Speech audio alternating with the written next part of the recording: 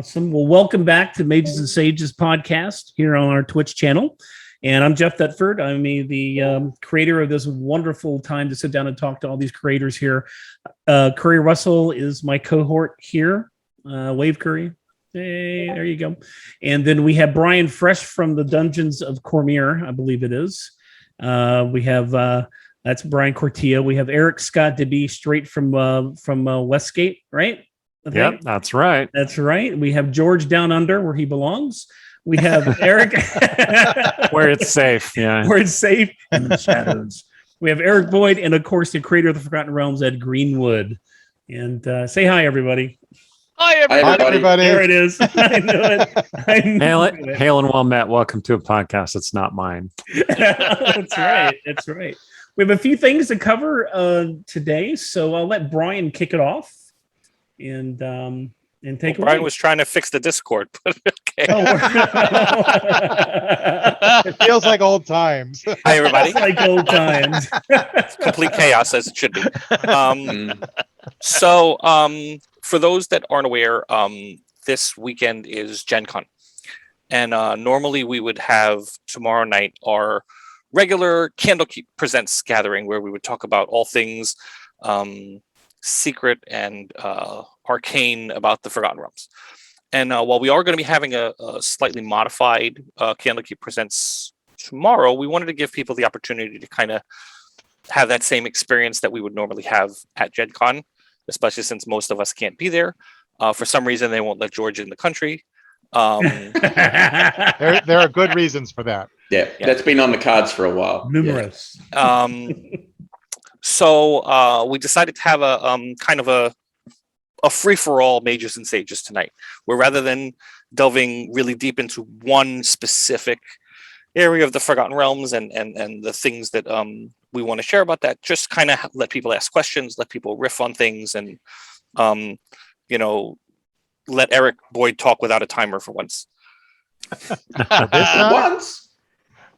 Ooh, wow. You don't really want to do that, Brian. So it's a Tuesday, is what you're saying. He'll start doing voices, and I only have one NPC voice, according to George. One voice. No, Eric, you don't even have that.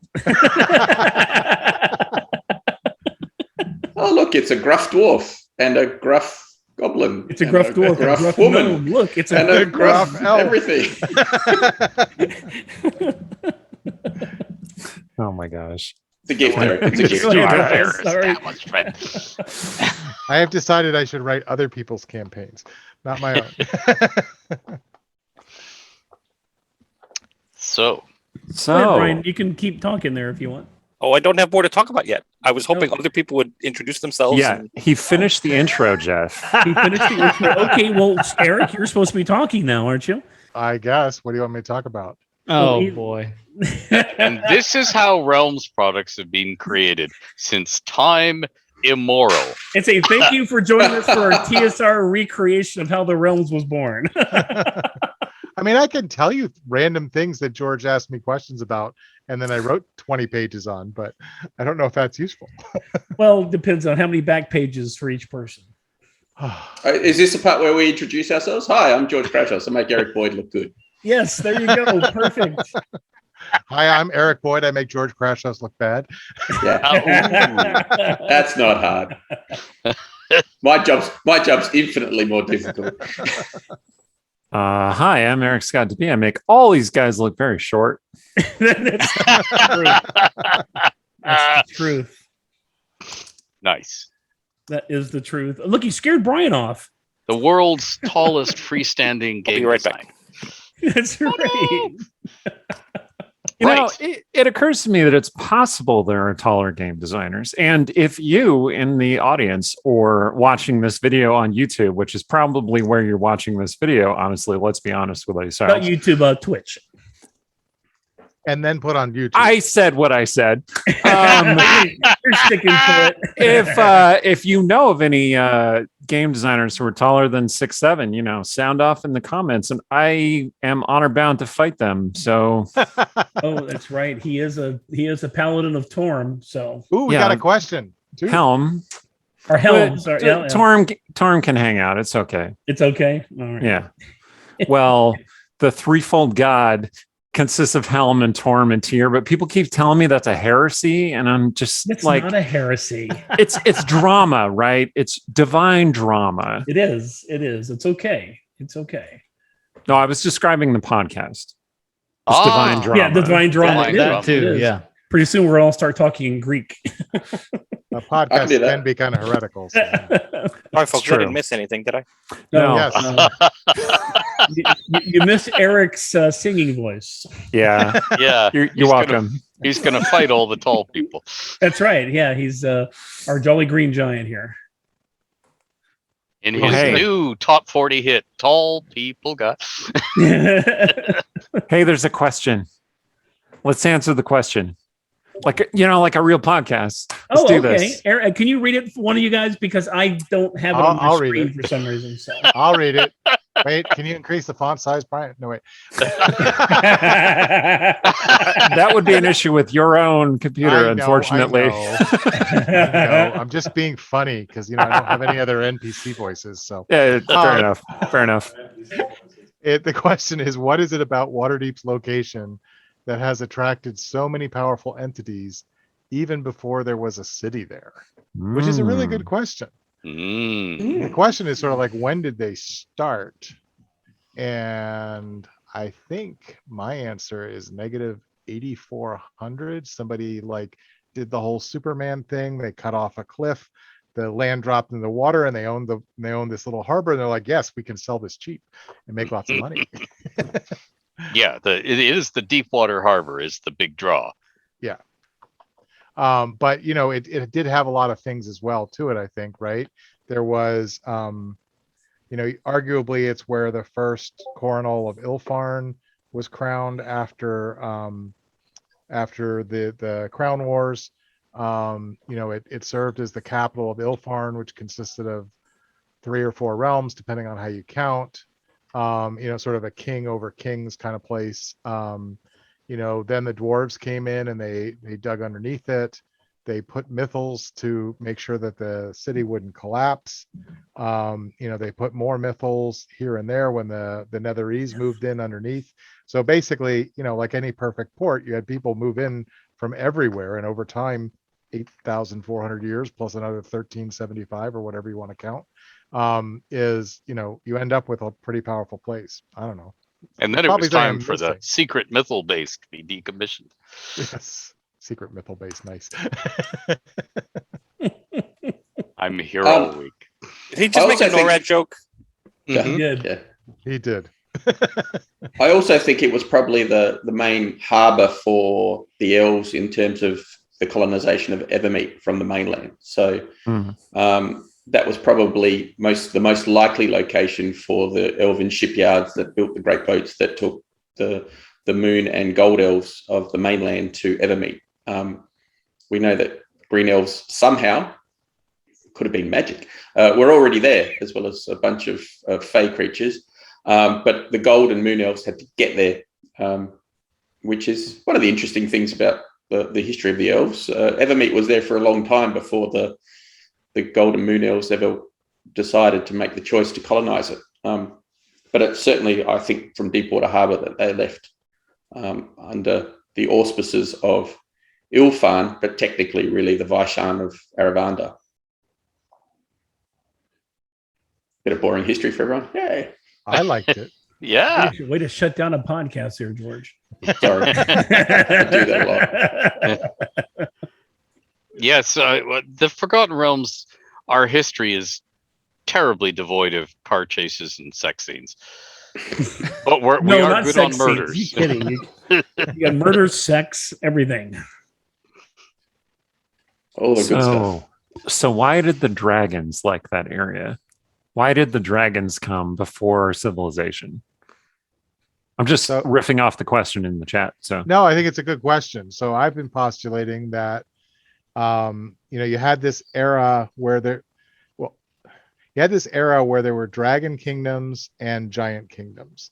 And you had Astoria, which is one of the one of the very strange sized kingdoms. Arguably, it stretched from like the eastern end of the Moon Sea to the southern end of the Gray Peaks, which is, unbelievably huge. But other places make it seem like it was much smaller up around Hartsvale. So, you had this massive, sprawling, giant kingdom that was probably not like we would think of a human kingdom with like, villages every, night's walk away, etc. But, this vast, sprawling empire with scattered outposts. And then you had the dragon kingdoms. And my guess is that the Savage North, probably had 4 dragon kingdoms. There was the Green Dragon Kingdom, sort of in the Ilafar and Arivandar forests, what we would call the High Forest, all the way over to the Sword Mountains. There's probably silver dragons up in the spine of the world. There's probably bronze dragons out in the trackless sea. I'm blanking on, and white dragons in the utter north. And then you probably had this influx of red dragons that were coming up that way. And if the elves were there, as the elves probably hadn't started leaving yet. But the dragons would have had certain places that they gathered. Either, we saw like in the Nether Mountains right up, like Dalagar's dagger. You have places where the dragons gather, where they die, where they're born. And I wouldn't have been surprised if during that era, if Waterdeep Harbor was basically a bathing pool for the dragons, maybe a birthing pool or something like that. But that you certainly would have had dragons availing themselves of that good port, protected, from the rest of the sea, just like you do ships in later millennia. Sorry, that was kind of longer than I intended. And there is a little short story that's actually set in Waterdeep, which is in that little period between the Elven presence, once they get rid of their capital city there, and then the barbarian tribes move in. And there is a short, very cute little short story, which I think might even be by Elaine, actually, which deals with the humans sacrificing maidens to these dragon overlords that pop down for tribute every so often. And in that context, I think the dragons were attracted to Waterdeep, or Deepwater Harbour, as it was then probably known, not because of the maiden sacrifice. Well, that was probably a bonus. It was because they're creatures of magic, and there's a mythal there, and they like the magic, they like the feel of it. They'll take power off it. They'll try and learn what they can of its secrets, etc. So, that's the lure after the elves have left. And I suspect, given some of the lore you revealed the other day, Ed, about dragons living in Waterdeep, that compulsion, perhaps unconscious compulsion, remains to this day. Dragons like the environs of Waterdeep for that reason. And I suspect something similar could occur in the context of Silvery Moon and other places of power in terms of magic. Agreed. Interesting you mentioned Silvery Moon too. I was reading through Dragon Annual number 1 the other day when George gave me a writing assignment, and for extra credit. And if you read Dragon Annual 1, since Steven's not here, I'm going to say nice things about Steven. Unlike George, who we always say mean things. But if he was here, you wouldn't say it. Yes, but yeah, so he had under Silvery Moon.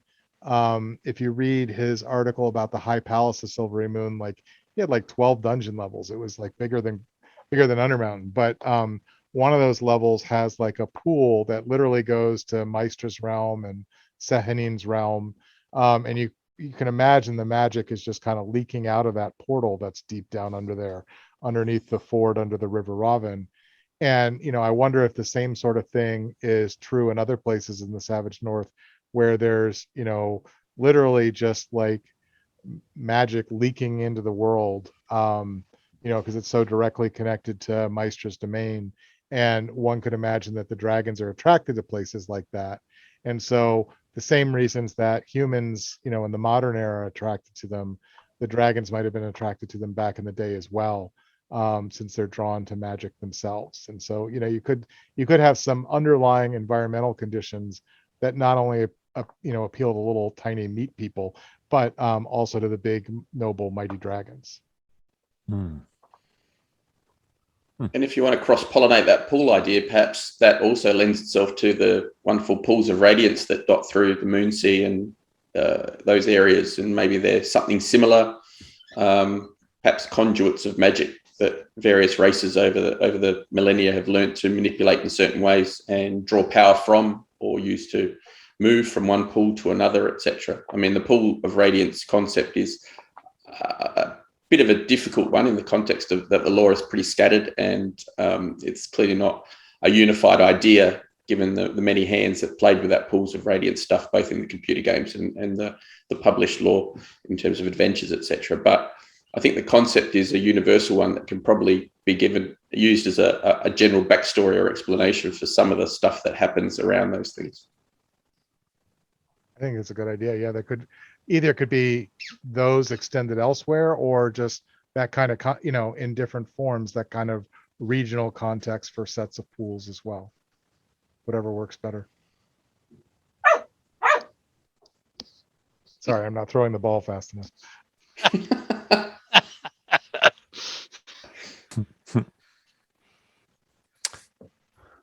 Awesome. So, what are we talking about? Well, there's Into the dungeon. There's another question. Uh-oh. Okay, from 3 Dragon Minimum. Yeah, nice. A few months back, Ed recommended I place a piece of the Rod of 7 Parts on Splonder's Earth Moat in the Border Kingdoms. My group just discovered it and claimed the cursed Spelljammer throne to the moat. There's a question eventually. Where would the lore masters of the realms place the next of the 7 pieces? So the next piece. He says the next 6 piece, but it's the next piece of the 7. Be fun to hear one suggestion from each guest. Thank you in advance and happy gaming. I thought that was a pretty cool question. So who wants to go first? I've been thinking about it for a while because I, read the chat. So I would put it in Waterdeep, obviously, but I would put it inside the Quel'Zarn, and that's why no one has found it. I like that. So your players would either have to fight the Quel'Zarn, which is an extremely powerful sea serpent-like creature that doesn't even have stats because it's not assumed that you're going to fight the Quel'Zarn because what are you, nuts? Or they find some way to get it out of the Quel'Zarn without harming it. I said Westgate, didn't I? Not Waterdeep? No, you said Waterdeep, but you said Waterdeep, and I was surprised. I was about to challenge you on your realms lore because the Quel'Zarn's in the Sea of Fallen Stars. I meant Westgate. Sorry. Okay. And it did have stats. I was just so excited about my Quel'Zarn idea. It did have stats. It does have stats. Yeah. Oh, you treacherous bastards. You have not shared those stats with me. And I'm writing a whole book set in Westgate, and I need those stats. All right, it's fine. It's fine. I'll find them later for you. They're cool. in. Thanks, Eric. They're in the modules I wrote. Oh, never mind. Second edition. You young whippersnappers. Time of troubles. Back when we could only count to 2. Yeah. All right. So inside the Quel'Zarn, beneath Westgate. That's where I would put the next piece. Who wants to go next?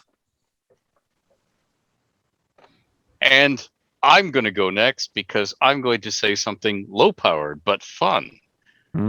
Because too many adventurers like to hack their way through everything or have the fate of the world hang in the balance.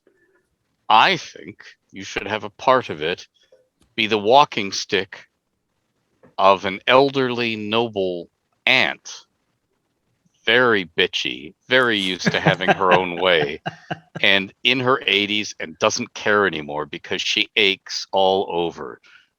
So the world is a nasty place. And of one of the haughty old noble families of Waterdeep, not the Castellanters, so that you have to go and interact at noble revels and actually find out where this is and then convince an old lady to give up the staff that supports her in some way, so that there will be lots of social interaction and role playing as opposed to seeing how many spells and weapons we can unlimber in a single round to take down the hit points of some critter.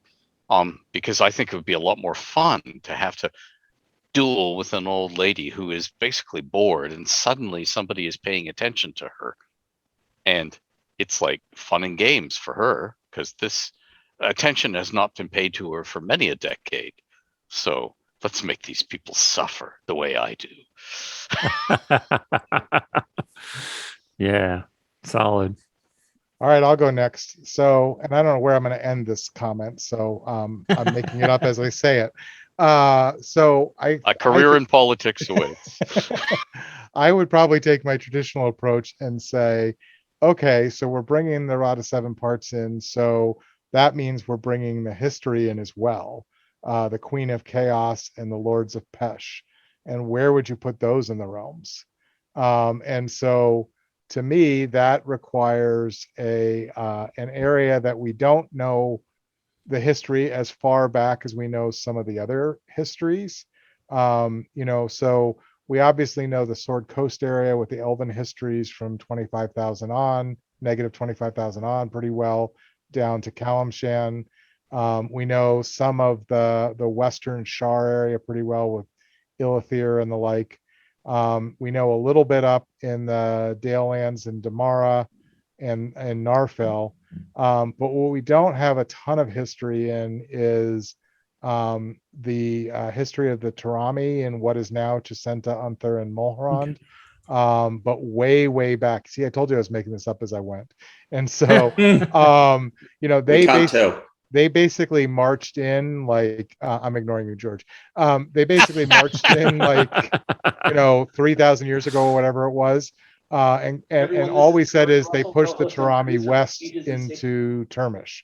And so my thought would maybe be that there was a preceding realm there, probably even preceding Imiskar, that got pretty much wiped from the map, as the Lords of Pesh were overrun by this invasion from the Queen of Chaos, who clearly came from the Abyss. So I'd probably stick it there. And because I've wandered long enough, that means I'm going to put it right under Luthchek, and it explains the madness of the Karanox. Okay, apparently we have lost your audio, Jeff. Oh, that's Yourself, Jeff. funny. Sorry, something happened to our stream. So yeah, we went off Twitch. is it back on? No, I don't think so. A 84 couple of minutes ago, like I think at the end of me talking. Oh, Close enough. So clearly I cursed us. You I'm gonna cursed take it No, it's Brian's fault because he told Jeff to do something. And That's right. And look what happened. You can't have me do anything. We're still being recorded though, Yes. so we've No, still we're caught still all of recording. that stuff. Yes, it's Yeah. all caught. We can For edit people this to out. eventually watch it on YouTube. Yeah. Exactly. Like you So said the- earlier. I told you, Jeff. So the good news is Eric spit, no one heard. Okay. We can move on now. Okay, so if somebody wants to make I don't know if we can do this or not, but we can An keep urgent talking. appeal? Yeah, we can keep talking. I don't know why it decided to quit streaming. Well, we go live again. Yeah, you I'm can punch us back trying. in. Yeah. It says I'm live.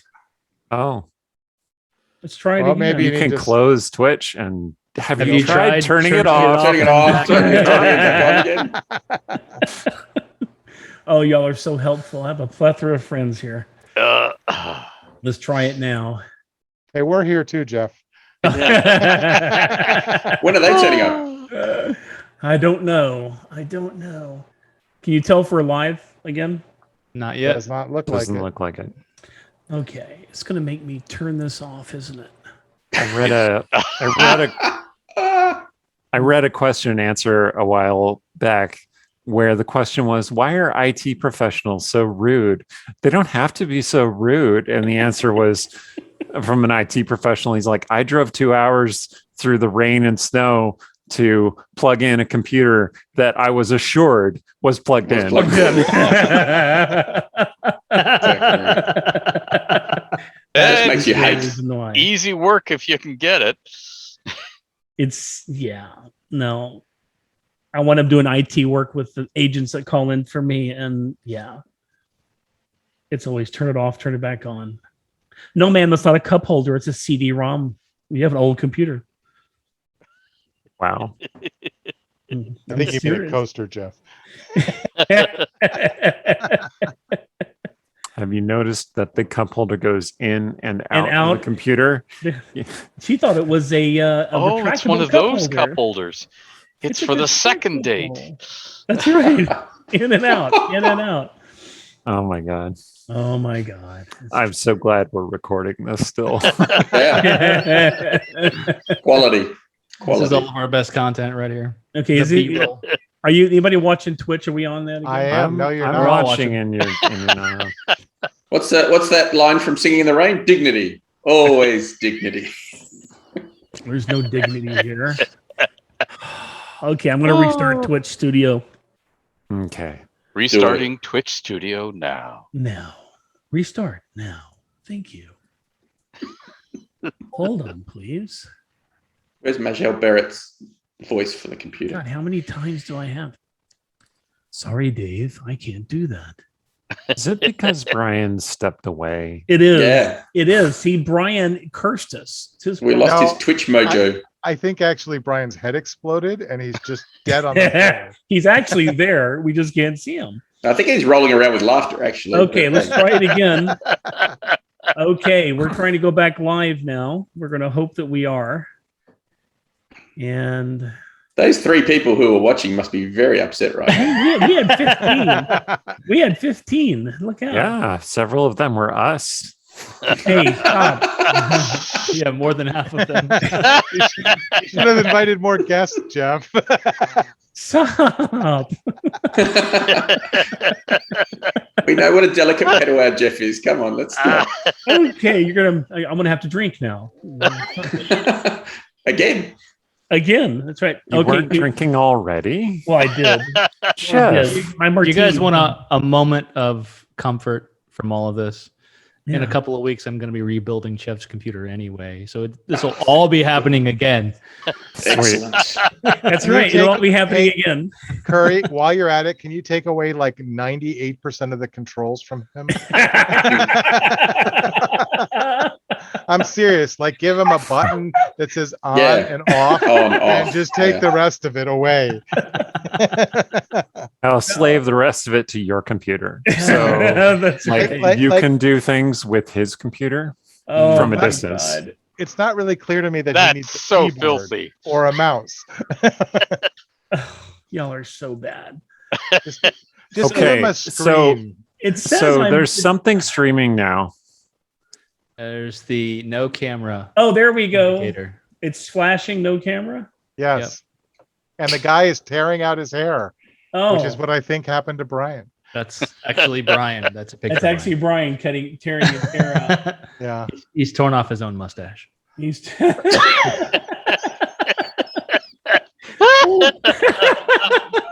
was good. Oh dear. Dignity. Always. It's not my chat unless there's a problem. We would never have picked that trend, Jeff. Ever. Don't worry, Jeff. I assured the chat that you were having issues.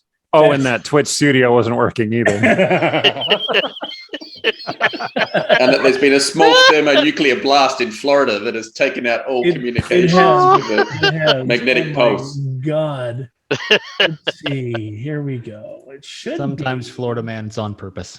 That's right. That's right. That's right. Curry knows.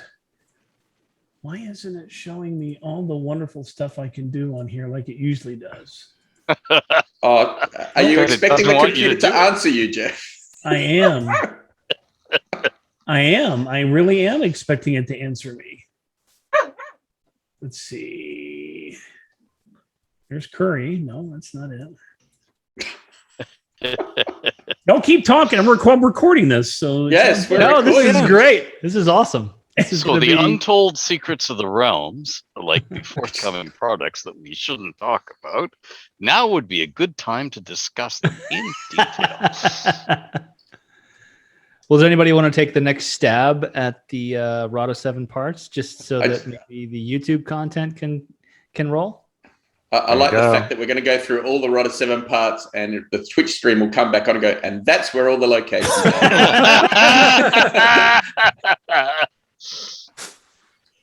Oh dear. I've got a location. Surprisingly,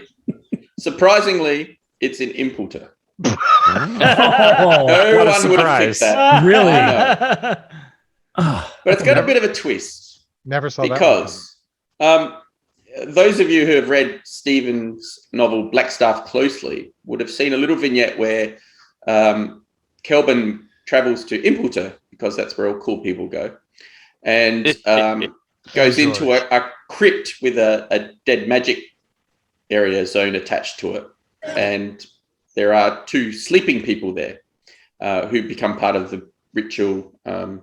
Not to destroy it for anyone who hasn't read the book. You should read the book. Read the book, and buy the book and read the book.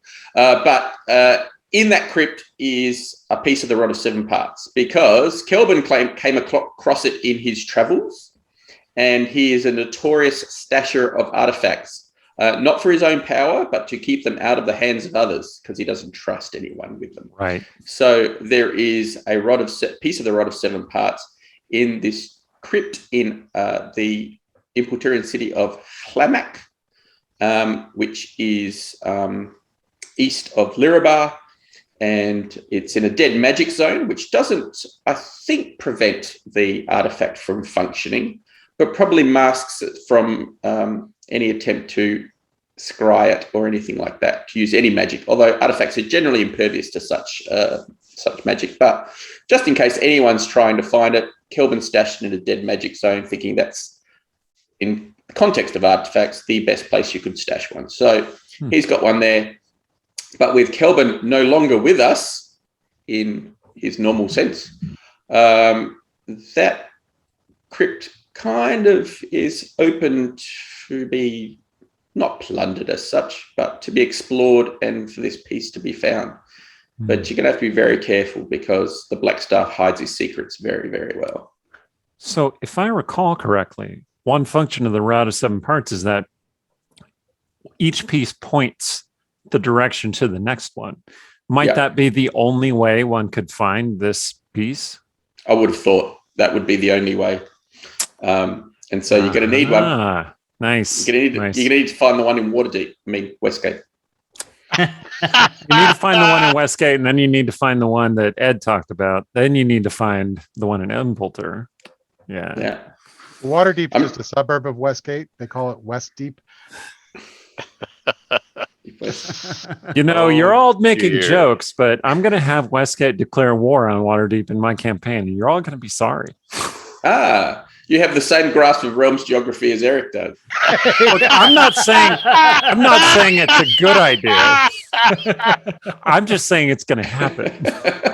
In my campaign, I would make them role play every single random monster walking through the Western Heartland just to teach them to go someplace.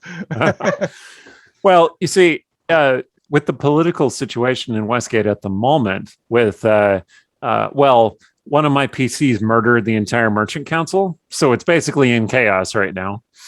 I think a strong regime that declares we are at war with some other country that we never actually went out to go fight would probably be a good way of maintaining stability in the city. So we've always been at war with Waterdeep. Exactly.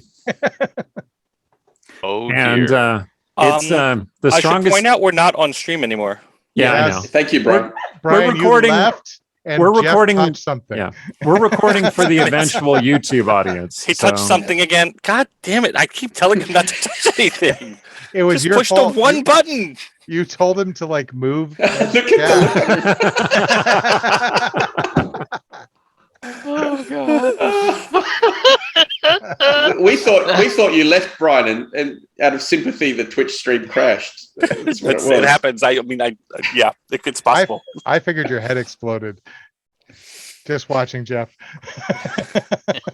It's just like secret content on DVDs and stuff like that. Right. It's extra bits. Yeah. So it's the Easter eggs. Yeah, don't talk about my extra bits. All right. So Brian, you either have to help Jeff or tell us where you'd put the Rod of 7 Parts.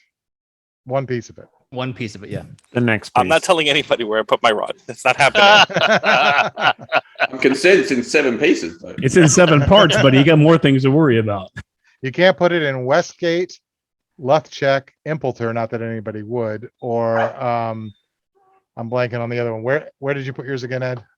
In Waterdeep, Noble. Oh, in the haughty old noble. Oh, Right. mine is in the Kalim Desert. Okay, why? Why? Because it's Yes. the desert.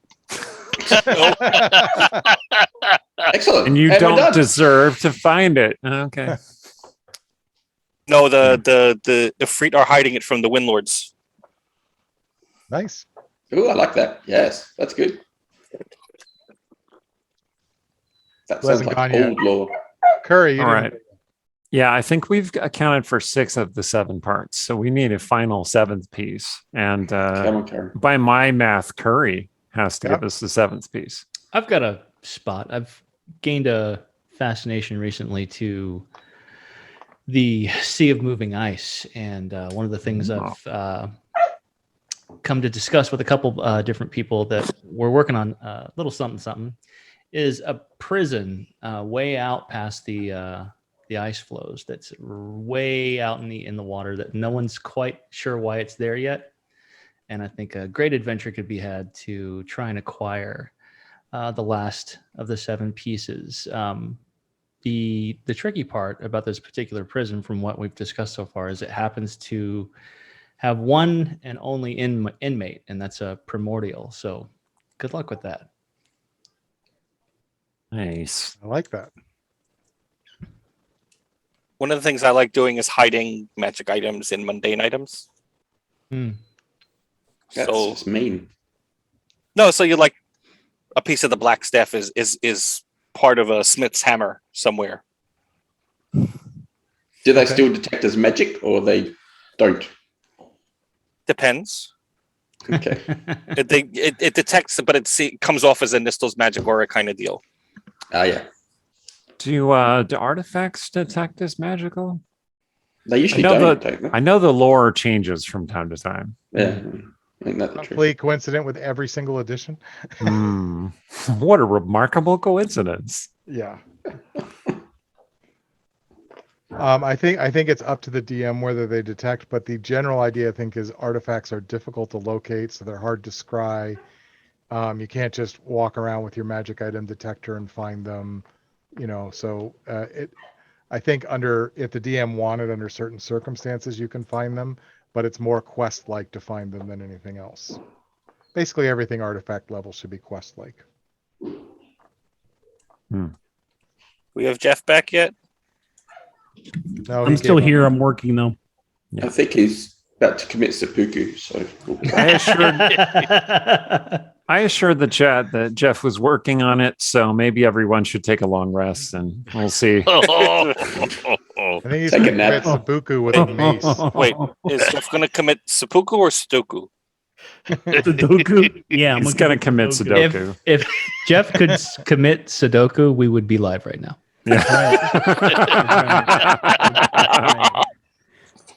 He's not lying. Oh dear. Okay, so let's Talk amongst yourselves. let's talk about another realms thing. Sure. okay. Should we talk about Lost Kingdoms? Yes. Okay. Shall we talk about odd Ed references that he's never ever explained in forever? I mean, Yeah, do there you were a wanna do bunch that of those, on the record. Do you have that list, George? Do you have that list that we came up I with? know that you were looking at some of the early pages from the Mages series. So I All finally the way figured back. I gave up on Ed detailing New Vereen, so I did that one. But there were a couple others as well. That was the one. In all the way back in Dragon 62, Ed, in your write-up of Mazentil's runes, which Yes. you've given us lore of Mazentil, but Yes. you say that this was a question that Eric and I had between ourselves. Was you mentioned one of the many protagonists who get a piece of this book as it floats through the hands of many, and one of them is the Red Wizard of Alal Thong, Yes. which kind of sounded Thayan and kind of sounded Red Wizard of Thay, but not necessarily. So we wondered if he was a Red Wizard of Thay, And then it was who in turn was defeated at Greenstone Keep by the priests of that place. But you don't give us a deity or where Greenstone Keep is. And that was very intriguing. Yes, I don't. Wait a minute. You're not allowed to make up a new god who's not in the books, Ed. No. Put them all in. No. My head will explode. Ooh, can I watch? Hey.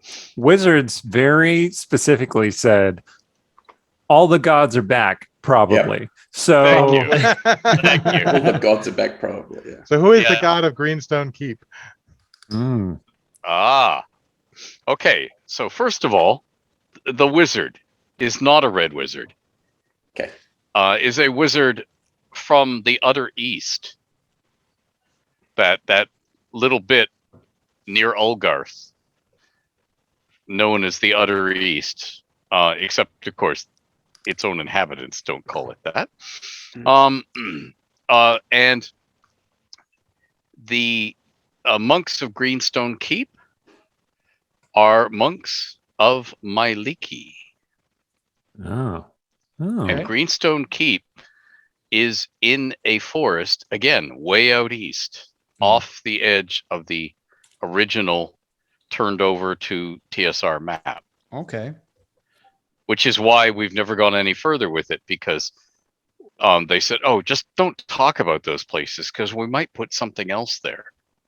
Meaning, even then, it was like, well, we can tinker with this world, right? We can drop these pyramids into it from the Desert of Desolation module. Okay, we might drop something else in from another outside license. So, long before Wizards started doing that, TSR was doing that. So there were certain things, like, for instance, for years, we talked about Netheril, and then I got this directive, please stop talking about Netheril because we're actually going to do something about it.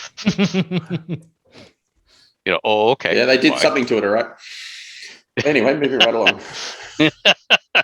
But that's a very fateful pronouncement, right? We're going to do something with this setting. And you're like, oh. Well, they did something all right. Yeah. It took them a while, but they did something. Yeah, that's why the mention is there and then nothing else. Because, okay, you might do something with it. And by the way, that's why certain areas, like Elturel, which didn't get used until 5th edition, but that was originally set aside for a computer game license in the days of TSR. Neverwinter. Why did Neverwinter have no map? Because that was going to be an outside computer game license back in the SSI days. Yeah, sorry, we eventually did draw a map. Yeah, that's okay. And then they made a computer game with a different map anyway. Yeah. It's fine. It's fine. Yes. Yours is the canon one. Fire all the cannon at once. Yeah. They're all canon now. They did. Explode into space. All the maps are canon now. No comment. I can't comment on the canon question. It's nothing to comment about. Everything's canon now. It's great. Everything's canon and everything is not It's canon. Oprah canon. You get to have canon. You get to have canon. No, nothing is canon until they put out the next edition and decide what's canon and what's not canon. Right. The same like it was for 5th edition, the same like it was for 4th edition, the same like it was for 3rd edition. Some stuff gets kept. Brian, stop. We're not supposed to talk about 6th edition.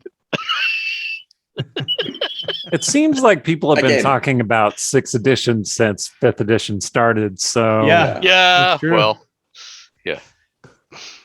Yes. Well, okay. Look, the fact that we're not talking about 6th edition is a good thing, in my opinion. Yeah. Yes. It would be, in my very modest game designer opinion, silly to put out 6th edition right now. 5th edition is doing great. So many people are playing it. It's pulling in so many new players and so much money. And they're doing magic cards based on it. Magic cards. Magic is like printing money. Okay. So it would be silly for 6th edition to come out anytime soon, which is not to say that it won't happen. We may be live. We may be getting live again. I'm just saying, you never know, really. Yes. There was some movement made on the Twitch, but not Not enough. positive movement. Well, it I've- was I've enough got to a- show me an ad. I've got a very weird, odd question for you, Ed, but it's kind of out there.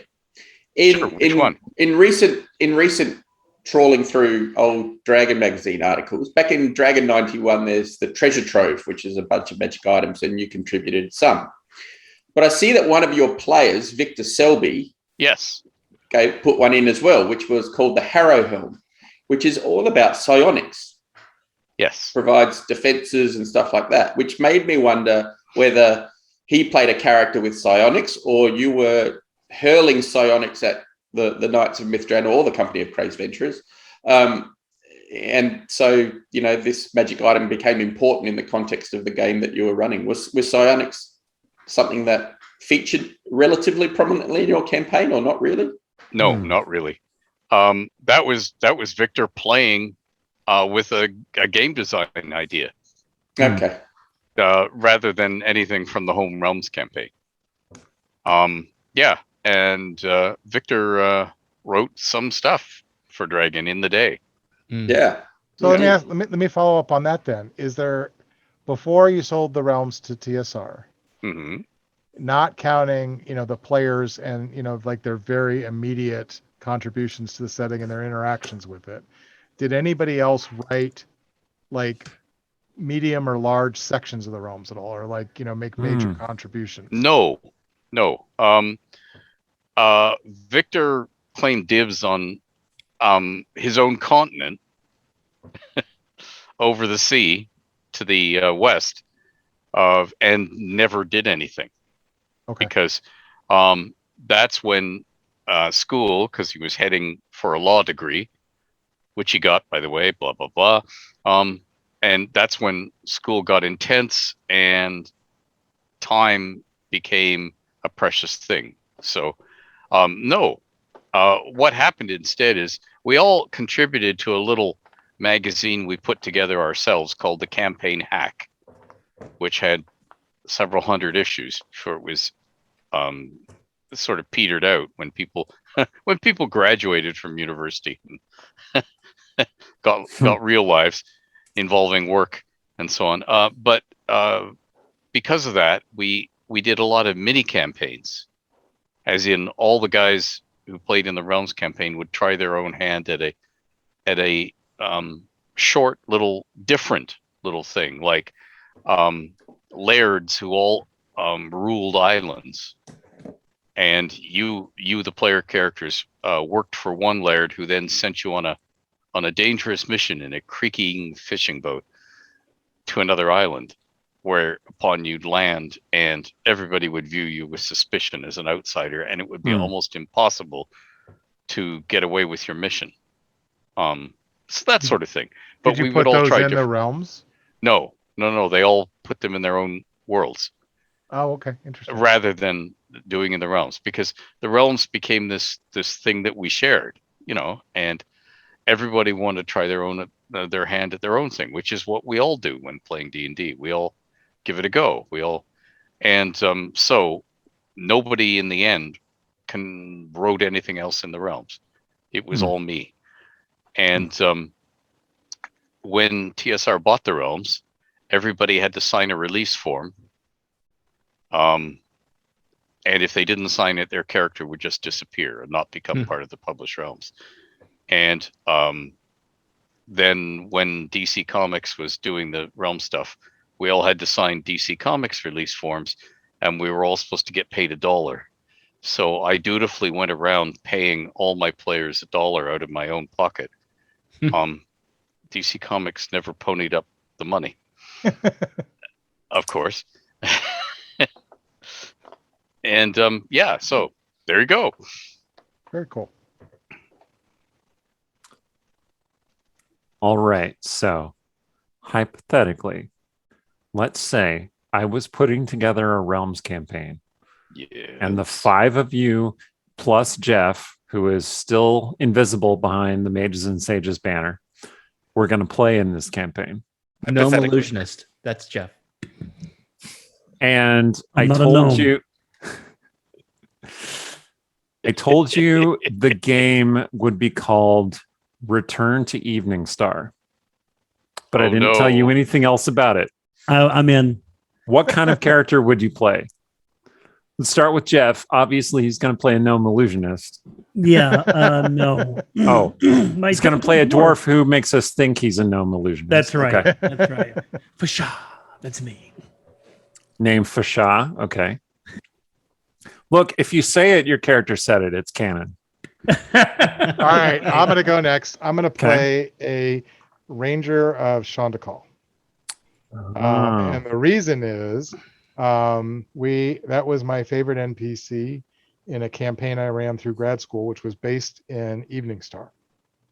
And we played the Haunted Halls for 4 years, I think, which may seem strange for a 32-page adventure, but we were not very quick.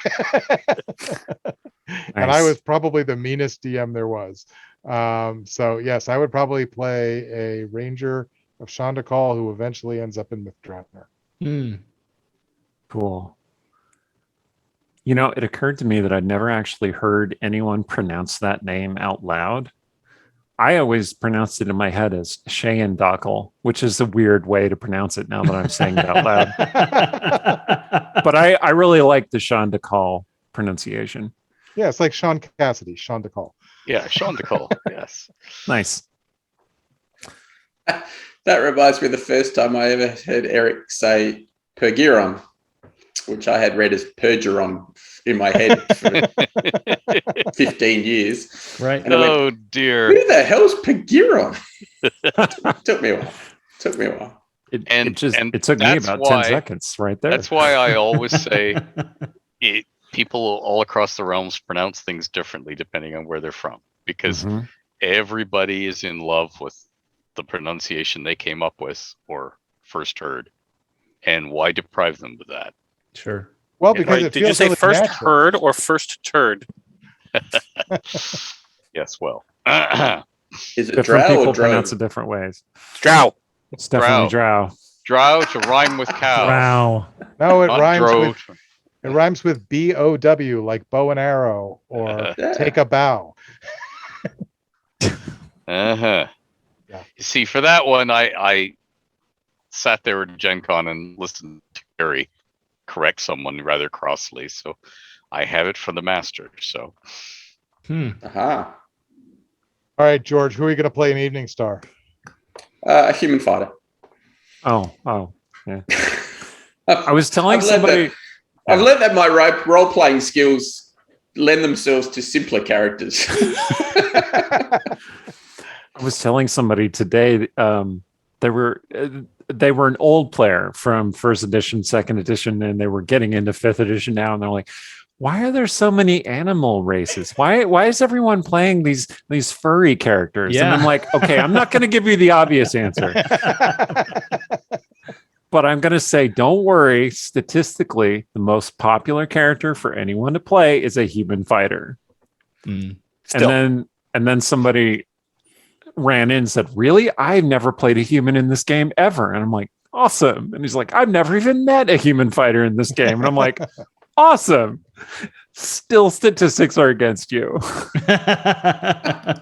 Human fighters have always, since the beginning of time, been the most common character. Well, I mean, who are our iconic fantasy characters and how many of them are basically human fighters? A lot. Most of them. Yep. Yeah. Some of them have beards, but yeah, most of them. Oh dear. All right, so George, you're going to play a secret sword herald. Got it. Yeah, that must be it. Just very Ryan. secretive. Ryan, Gotcha. what are you going to play? Knowing the people in this group, y'all need a cleric. No, you just need a mule. That was how we played it in my grad school campaign. Was when the killer DM, because I really was a killer DM back then, reduced it was always like, do I leave the party with 1 hit point or none? 1 hit point, like between the entire party or none. And so every time I screwed up and there were 0 hit points in the party left, they would wake up in the Temple of Lathander because the mule dragged them back and dumped all their treasure on the altar. The priest raised them up. They were poor again. Nice. That happened a lot. So yes, Cleric of Lathander or Cleric of something else, Brian? I'm thinking. I may go Right. Bard. Brian's currently looking up what clerics have the healing domain. It's the life domain in 5th edition. Thank you very much. Yeah. Oh All dear. right, who didn't go yet? Curry. Curry. Oh, so you stole the Ranger slot because I'm a fanboy there. Look, it's the realms. Lots of people can be True. rangers. But you could have 3 Rangers. You could write a whole book about it. I am a huge fan of wild magic, so I would probably be a rogue wild mage of some variety. Oh yeah, I love spellcasting. I'd give George a run for his money. nice. And I would play a thief who's descended from Meor and wants to pump her for all the information of what was hidden back then, which presumably has gathered interest over the interim and is worth a lot more now. Nice. Nice. All right, so we got our fighter, we got our cleric, we got our thief. The ranger is always useless because that's not one of the core ones. And nobody played a wizard. Yeah, wild mage. Oh, Oh, that's nice. true. Yeah. So there's some arcane support. Yeah. Hey, if Yes. it's a wild mage, that's all the arcane support you need Correct. because they can do mushroom clouds that take in the whole kingdom. So That's right. So, but the other hard part about, we're going to die because the whole thing about the haunted halls is the upper level above the main one that's mapped in the dungeon is inhabited by kobolds. yes, And I figured out early in grad school that it's just like a normal dungeon. It doesn't have a lot of extra traps or anything like that. It's just that all the passageways are 3.5 feet tall. You should see how bad that makes the characters when the entire dungeon is 3.5 feet tall. yeah. Well, I had read Roger Moore's Tucker's Cold. Tucker's Book Kobolds, Yeah. yeah. a little too often, I think. One of my favorite columns. yeah. I did in fact map all of that, and that was one of the things that was cut from the Haunted Halls of Evening Star, which when I got the contract was for a 96-page campaign module. And when I started writing and everybody at TSR went on holidays, and I ended up talking frantically to Zeb Cook, had turned into a 32-page module with the last page not usable by me because it was going to be an ad. An ad. Mm. And then they said, man. oh, and by the way, the new monster write-ups, you can't do any abbreviated ones. They need a full page each. And it was like, but, how am I going to fit 90? Oh, he said, just leave Evening Star out, leave the village out. Oh, and leave out this top level of the dungeon and leave out the bottom level of the dungeon. Just put the main one. This is only supposed to be for starting characters anyway, so they won't need it. And I said, well, how do you do a campaign out of that? He goes, so it'll be a short campaign. Ha ha, and hung up. Wow. If you could find it, Ed, $100 a page. It's all still in boxes somewhere. I have to find it. And I knew where it all was before Teg and before the guys took all my papers and boxed them and put them in the trailer. Because those always sat in my desk because the old original players might come back at any time, like summer at the cottage, and say, hey, let's go back to the Haunted Halls. Sure. And I'd pull it out and we'd play. Nice. That would be fun. So yeah, I will at some point in my future life for my sins find all that stuff and inflict it upon the world, because now we have the DM's Guild, except I'll probably take so long that it'll be gone before I get there. No, 12th edition will be quite ready. Oh dear. Well, I'm looking at the adventure now, Ed, the published adventure, and I'm thinking to myself, well, at least you won the battle on the page of ad. That doesn't exist. Yep. So you got rid of That's that. that's the one thing I succeeded in that phone call. Can we please get rid of that? Because I need one more page. Why do you need one more page? Well, because I'd like sort of to finish the abbreviated level. Yeah. And he, as a game designer, he understood that and said, well, yeah, we can kill the ad. Because You see, the thing is, because they hadn't sold the ad anyway yet, so it was going to be an internal dungeon order hobby shop ad anyway, so it wasn't going to gain them any revenue. So yeah, we can cut it. Gotcha. So yeah, you see, all these great classic decisions for the game are made on that sort of basis. You spend most of your introduction explaining why everything's in shorthand. Yes. To save space. I love it. Yeah. Well, because I was pissed, because how can you do a campaign module? It's not fair to the people. All right, I have a question. Are you got more on that one, Eric? No, I was gonna ask that question that's in the chat, but if you have a question, Eric, that's totally fine. Despite us not being live anymore, the chat is still asking questions, which I think is really cool. So yeah, but we're not live anymore, like I said, so we can just get to it at some point. Live. All right, I'll ask my question and then we'll go. Yeah. And I'll think through the answer to the Twitch question. Go for it. All right, so my question is, what is your favorite fallen, obscure, and I mean really obscure, realm in the Forgotten Realms? So it doesn't exist anymore. Really obscure, somewhere on Toril. Lost Realm. Sorry, was that Eric? It could be that one. No, as in, are you asking about any Lost Realms? I'm saying, Kingdom? Yeah, I'm saying, what is your favorite something. Lost Kingdom? Okay, sorry. Not there anymore. It's collapsed. It's just ruins, waiting for adventurers. Stormnanter. That would be good. I like that one. Because I would love to get the chance to tell the story of that particular seventh sister when she was young and still angry about, like as when you're young, you want to do things and make a difference, and you don't have a lot of patience for other points of view that you get later on when you say, oh, well, yeah.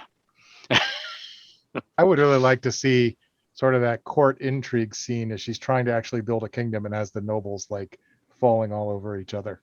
That would be fun. Yeah. Cool. How about you, Eric? Hold on, it's obscure enough that I gotta look it up. So pass. Come back to me. All right, George. I'm just trying to find my list. Okay. All right. You said obscure, so I did say obscure. Curry. I don't have an obscure one. Sorry. Okay. It's fine. Brian. I got two. Go for it. Make up for Curry. You can give one of them to Curry. So one of them is Orva. Okay. Because I feel like the original glimpse of Orva that we got, is bad. I've been working on it, Brian. Not fully flushed out. I've been working on it, Brian, in my head. Incomplete. Let's call it incomplete. There you go. So Orva is located where and when? Vast Swamp. In the vast swamp. Yep. And about, can't remember when it fell. It fell like it fell before a long time before there was a Cormier, when the elves had control of. It fell a couple of millennia before the Dell Reckoning. Yeah. Mm-hmm. And I know that I had started working on some lore to say that part of their magic leaking was part of why Thuglor was so powerful. Nice. Okay. I like that the vast swamp is where he was hatched, and that their magic screw ups are what led him to be able to be larger and more powerful than a black dragon ought to be. But I like to explore. I don't like footnote kingdoms. I never do. I don't. I always feel like we can do better in connecting those stories, and the footnote kingdoms strike me as I don't want to say lazy, but convenient. Oh, it was there and now it's gone, so we don't have to worry about what happened, right? All the people just disappeared. Yep. How does that work? Oh, and by the way, they worshipped a human god that might probably also be an elven god, and yeah, so it strikes me as weird. The other one is Delzoon. I'd love to see some real lore on Delzoun. And we might have some for you, Brian. Yeah, I bet you do. We might have some to show you. Yeah, because one of the hints I tried to drop in Sword Coast Adventurers Guide is that there are some dwarves who are old enough to remember the old stories. They're not old enough to have experienced Delzoun at its height, but they're old enough to remember some of the stories about Delzoun and are looking at Bruenor as possibly capable of uniting the Dwarven kingdoms into a new version of Delzoun. And so with that possibility should come a reflection as to what that kingdom really looked like. What would a restored Delzoun mean? And of course, the difference between the legend and the reality, because the legend and the old tales can't possibly reflect what really was. There's always a difference. nice. I think there were George and I have a take on it, but I do think there were multiple Delzouns. There was if you look at the dwarven migrations in the north, you see, I knew I'd get to use the word migration, right? It's your favorite word. First, they left, High Shanatar, and they went north, and they settled places like Hongdanar, around Leland. They settled Garagar around Mirabar, and then some of the clanless dwarves marched east through the Fell Pass, and they settled in Gorin Valahir, which is basically the valley between like the Nether Mountains and the Ice Mountains and the Robin Mountains, kind of a V-shaped valley. And I think early on you had essentially the equivalent of city-states, which each clan building its own hold. And you had a royal line from, the first one to conquer the Everfire and to settle Ascor and the like. But then once the kingdom got wiped, you lost the royal line. Then I think you had a period, sort of an interregnum. And then you had a period, George and I were calling the Iron Conclave, where you kind of had elected kings and you rotated between cities, and they would leave their clan and become king, but their son or daughter wouldn't become the next ruler. You'd elect basically the equivalent of another governor to be the next king, and that would kind of rotate around. But I also think that there were some smaller dwarven kingdoms that we don't know much about, sort of on the margins of Delzoun. If you read Silver Marches in the right up at the Vaudron Forest, they talk about necromancers and undead that were plaguing the region. And if you try to square that with Delzoun, at least I ended up in a place where there's no reason why those necromancers couldn't have been dwarven necromancers. And so we ended up with a kingdom we called Fanardum under the Vaudron Forest, that actually was a big part of the internal fight of Delzoun. I think another thing to remember is that kind of like, when you see a chain of islands, it's really just a bunch of mountaintop peaks swamped by an ocean. Delzoun was mostly underground following the low road. And, the places we think of as Delzoun, like Citadel Adbar, were just the peaks of these underground fortresses connected by the low road. So I think there's a ton we don't know about Delzoun. So I love Delzoun. So I think it was a great answer. So we've only probably got about 30, 40 pages of stuff for you, but we'll see how we go. Yeah. It's If fun. only there were a venue to release this information to the world and possibly get paid for it.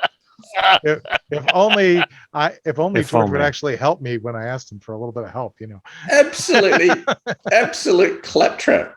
Delzoun is done. There isn't anything more to do with Delzoun. We've done clan migrations. We've founding. We've found every single city. We moved the capital to Gauntlgrim at the right time. We've explained why Gauntlgrim went down. We explained why there's a Gauntlgrim above Gauntlgrim with a slightly different spelling.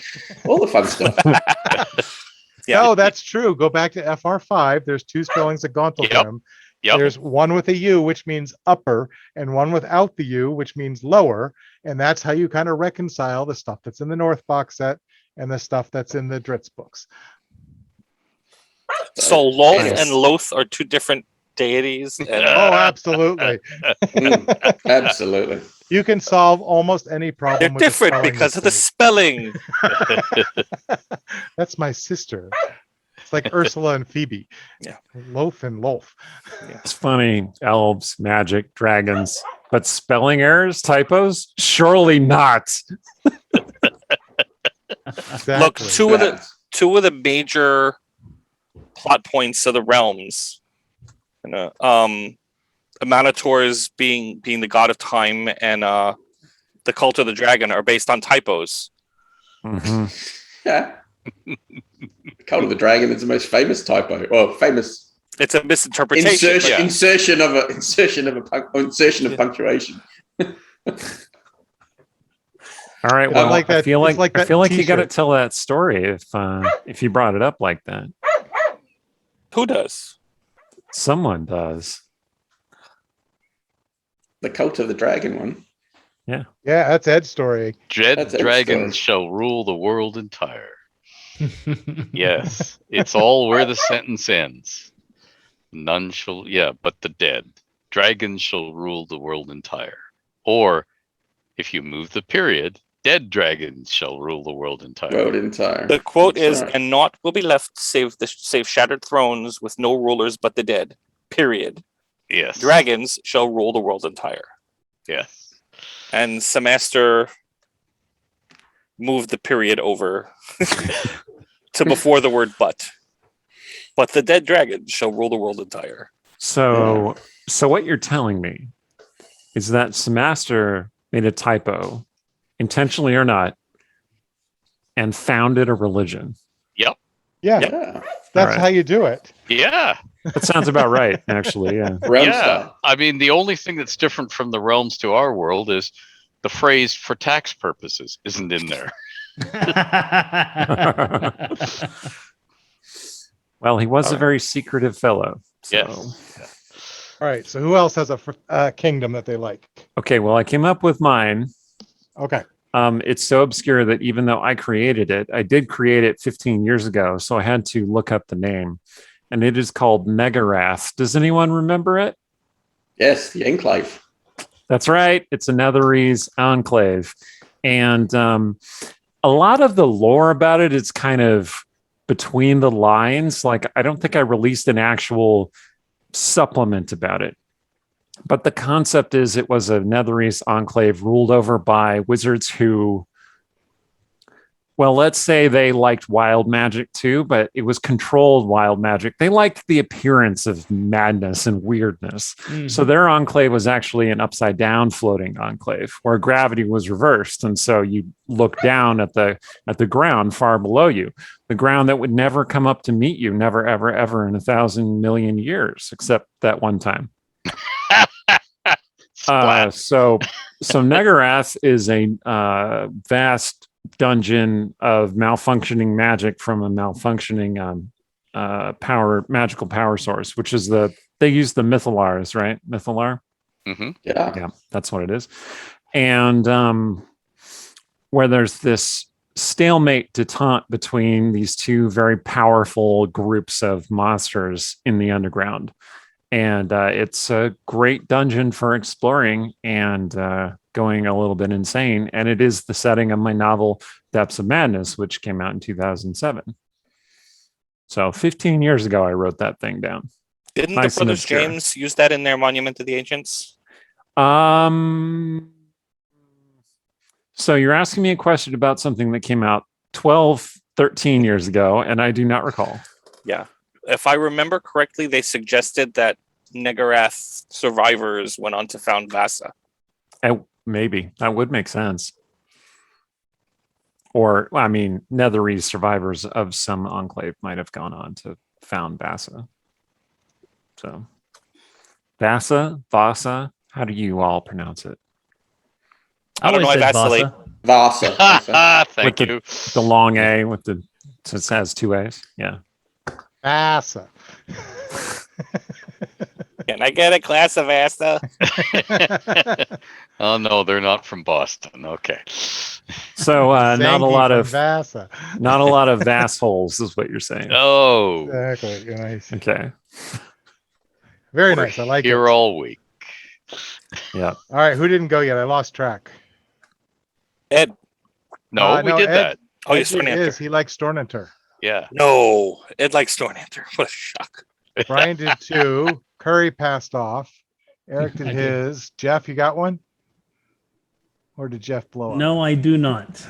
Jeff is still trying to work on getting the stream back Yeah. up. I just want to say that fundamentally the Realms is kind of a humorous setting.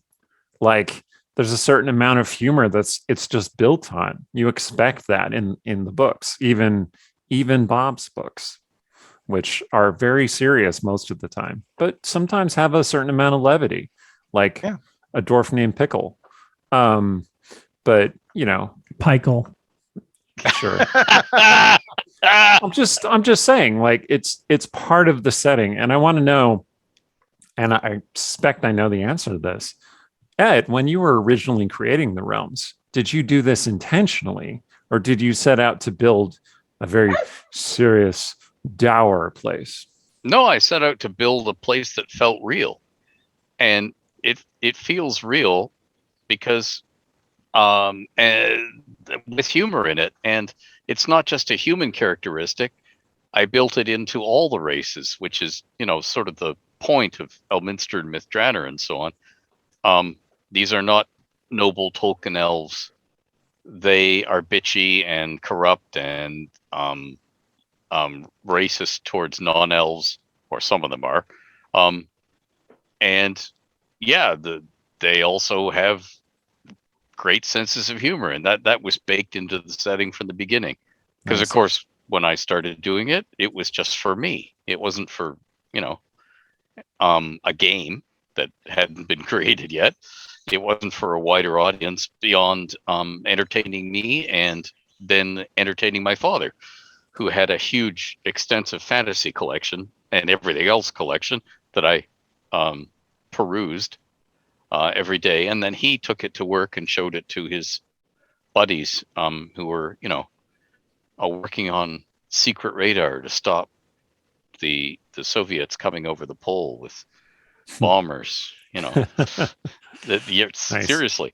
And then they'd say, "Oh, I like this one, Bob," and they'd suggest what they wanted more of, and I'd write some.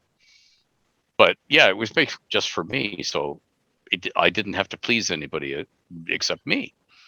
And that's what I wanted, because I wanted the Realms to be not a nice place, not a safe place, but I wanted it to be a place I wouldn't mind exploring and spending time in. As in, nicer than the real world when you're a lonely, nerdy kid, which I was, because my mom had died. So I was being raised by maiden aunts who were salt of the earth, but they really didn't get the current generation. We were still living in 2 world wars and the Depression, and that's wicked, and that person shouldn't do that, and everything, so I was entertaining myself. So that's everything in the Realms was to entertain me. And yeah, having a sense of humor in everything, having the moment where you're dragged before the Elven King. So the sort of Hobbit movie moment where the Elven King looks down from his throne and then cracks a joke and everybody laughs and you go, "Oh, I'm going to live after all." That to me was important to have that in the setting, because otherwise I wouldn't like the setting and I wouldn't want to spend time there. And so therefore I would stop working on it and go and imagine want to do that. I liked it. Anyway. Actually, I have a tangent question to that, if you don't mind, Eric. Yeah, go for Ed. So, trying to figure out how to phrase this. Of the realms that you create, this is a serious question. Of the realms that you created yourself, not like TSR adding like something that wasn't on yours at all, or not saying the moon chase is bad, but like replacing your island chain with the moon chase or whatever it was. Of the stuff that was actually how you designed it, is there anything that particularly while you were just running your campaign before you had even sold the world, that you regret having done, because later on you felt like, oh, that was not the best design choice. I'll give you an example. And I'm not saying this is one you should do, but something like, oh, I really should have connected the Sea of Fallen Stars to the trackless sea. That would have made all this better in some way. But I've got so much history now, I don't think I can fix that. Is there anything like that you were that is part of our published realms that, in retrospect, if it was you were back to 1976, you would do it differently? You know what I mean? Yeah. Okay. Connecting the seas wouldn't be one of them, because I was wanted, just picking that as an example. Yeah. I wanted the merchants to be vital and important, and that meant you had to have somebody to go overland, and you couldn't sail. Yep. Yeah. I think in retrospect, I don't think this would have been a design problem solely in my hands, but once it was a Dungeons and Dragons setting, and once there were many other people at work in it, I think some of the decisions about the races, and I'm talking now dwarves and elves and so on, because they were being made to match the D&D game, they allowed for a setting that could be played as too close to Tolkien's versions. And there's nothing wrong with that, other than to people who are using the Tolkien versions for shorthand, design shorthand, so they don't have to do any work or they don't have to think about it. You then end up with stuff that is too similar, and they start making reinforced design decisions based on how similar it is. They just, whether it's conscious or unconscious, they start doing things the way Tolkien did, or even worse, in my opinion, even worse, the way they saw in the Peter Jackson films, because they haven't bothered to read Tolkien, or they haven't read Tolkien in any depth, or they don't remember it. So they just go, oh yeah, it'll be like in the movies, because they've actually seen characters walking and talking on the screen. So in their subconscious, they've nailed down that's what a dwarf is. John Rice Davies going, that still only counts as one, and dwarf tossing jokes and so on. That is what it is to be a dwarf in their minds. And if, for instance, there was another game popular in early role-playing called Sky Realms of Jorun.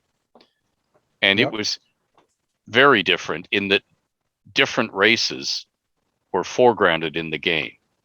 And I didn't want to go there myself, because my sweet spot already was rather Tolkienish. But I would have set the thing up so that it couldn't be as lazily designed like Tolkien stuff, which is the same pitfall reason I never wanted real world analogs in.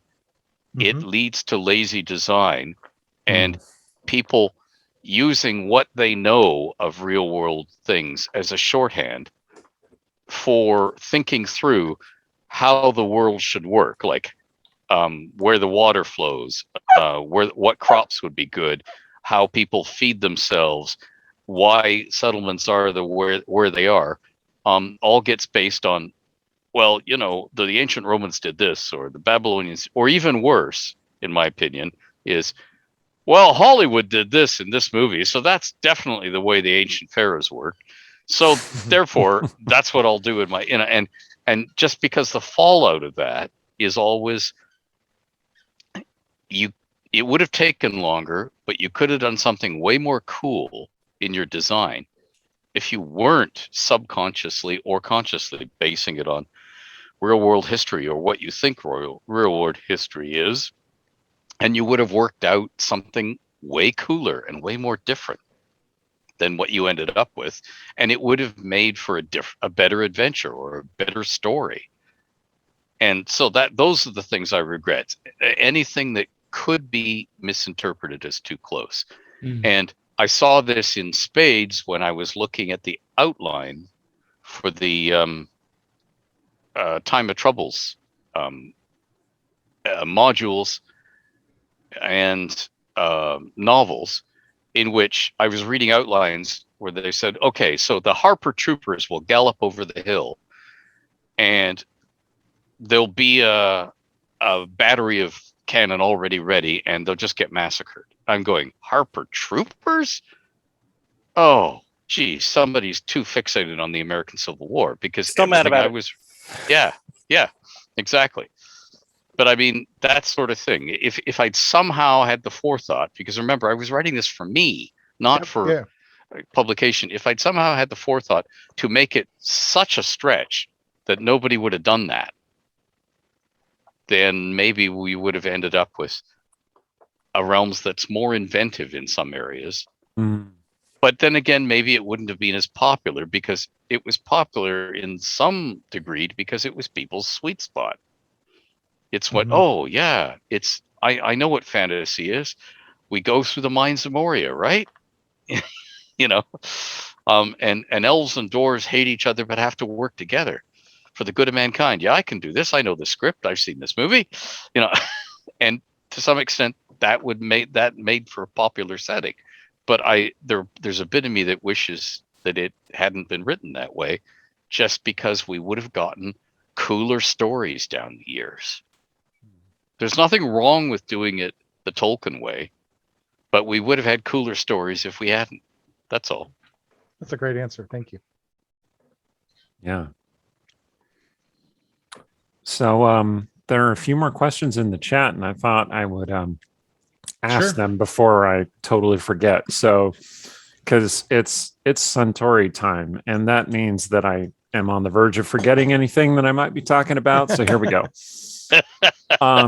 Lord Macaroni asks, are there any deities in the realms that are favored by non-evil minotaurs? Obviously, this is a general thing and individuals may differ. So that assumes a number of things. One, that there are non-evil minotaurs in the realms, which I assume is true, that there are some who are not evil. Okay. And two, that they are religious, that they are drawn to following deities in particular, rather than kind of having a favored patron deity without really doing a lot of worship of that deity. And three,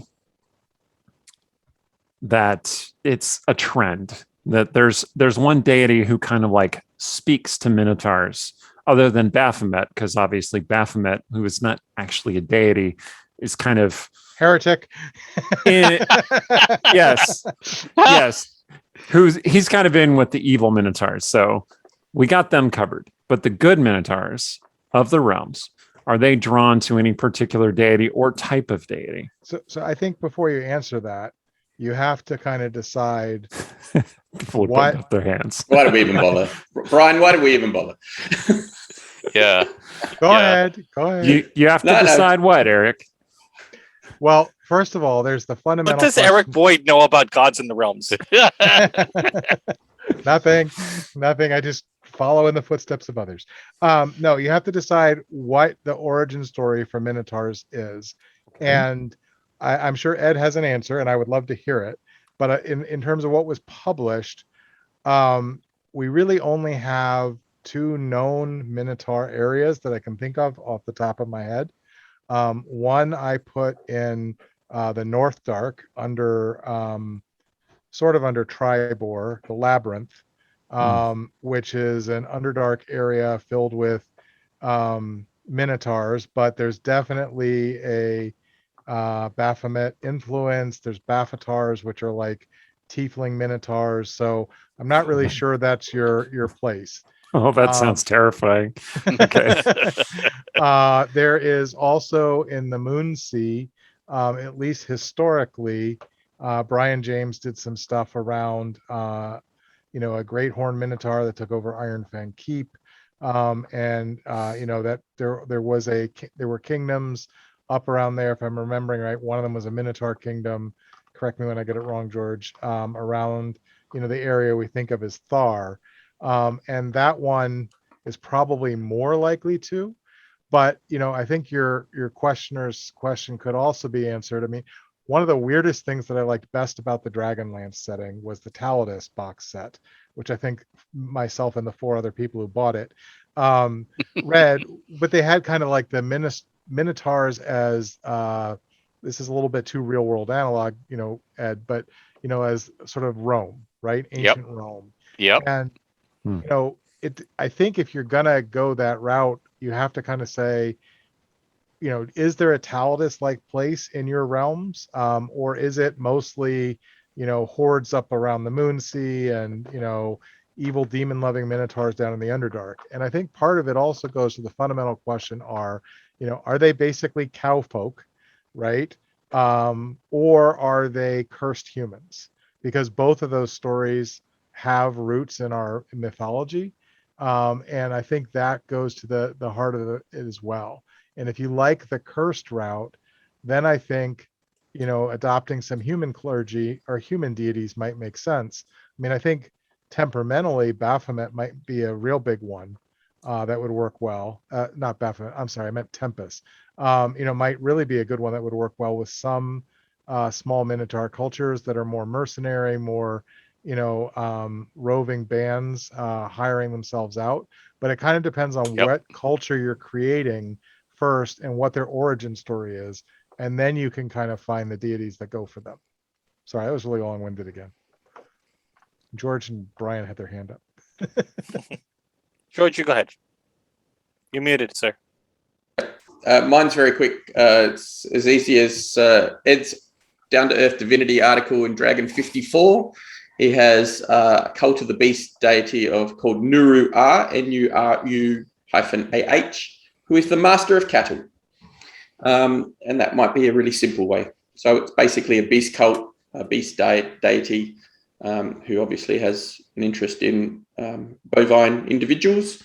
And that might be a good version, as in a deity of the deity in question in the article is neutral, but that doesn't mean good people can't worship it. But it's certainly not evil and gets away from the Baphomet trope. Cool. Nice and easy. For me, I think it depends on first, where are they in the realms? What size is their society? Is their society, if it in fact it is a society, and these aren't lone individuals that are kind of wandering among humanoid society? Because I think there's a real difference between, again, the cursed human idea, in which case it's really anybody's guess who they'd follow, versus a kind of a stable society of Minotaur. In which case they would have developed their own kind of mini pantheon of facets of other deities that they could embrace, but put Minotaur faces on. I think, for any non-human race or species in the realms that doesn't have its own pantheon, it's fair to assume that they've adopted Ferunian deities and put faces like their own on them for their own worship. But I also think, for lone Minotaurs who are either away from their home society or being exposed to other forms of worship, it's more likely that you're going to see them attached to gods and goddesses that take on non-human or not fully human form. So Nobanian, Luru, Malar, depending on their own temperament, gods that embrace the line between what we would call humanity and a more bestial form. There are some deities that, like the ones I mentioned, that are more comfortable with that than, say, an Ilmater.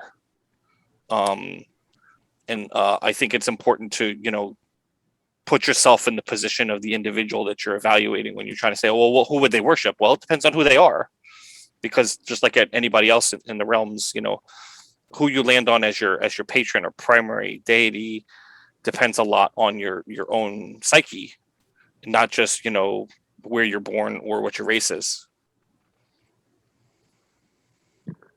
Like that. Yep. Interesting. One other thought I had was there's depending on which edition they've been written up, but there's a species of lizard called a Minotaur lizard, which, logically is just a stolen name because they have horns.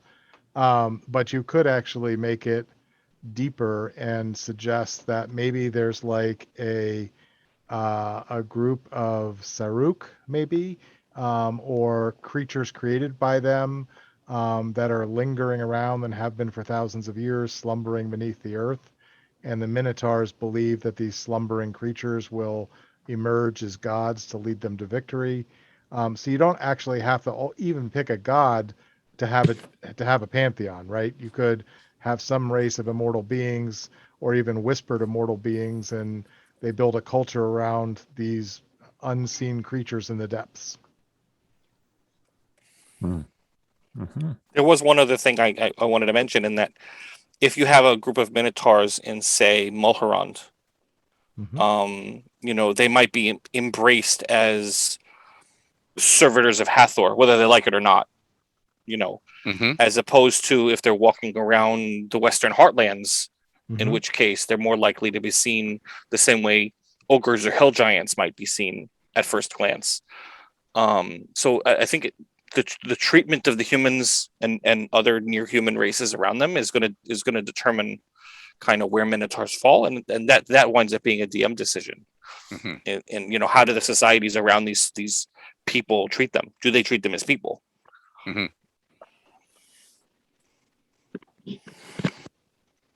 Nice. Okay, another question on the chat here. This is specifically for Ed. Oh no. Yes. And the question is, how do you feel about the crossover between Magic the Gathering and the Forgotten Realms? And we specifically want to see George get flustered. So how do I personally see it? I think anything that brings a wider audience to the realms is good on one level and to be encouraged. And let's face it, from the moment the company that creates endless Magic sets purchased or took over or merged with, or however you want to characterize it, the creator of the Dungeons and Dragons game, you knew there was going to be a crossover sometime. It was just a question of when and how. It is a bit surprising it's taken 20 years for that to happen. Yeah, exactly. So they swore for the first 15 that it would never, ever, ever, ever, ever, ever, ever happen. And then they went and put out a book in year 16. Yeah. And then they were like, maybe, okay, here it is. Yeah, exactly. And this book. Color me unsurprised, Now, as to how you do it, well, I don't actually have all of the cards yet because nobody sends me anything. I have to go haunt my local hobby shops, which in rural Ontario are getting few and far between, and it is COVID and all the rest of it. So actually getting my hands on these things is taking a while. So I'm not qualified to talk on the entire set because I haven't leafed through the cards and had a good designer's look at them yet, where you actually look at the card and consider how it would be used in play and so on.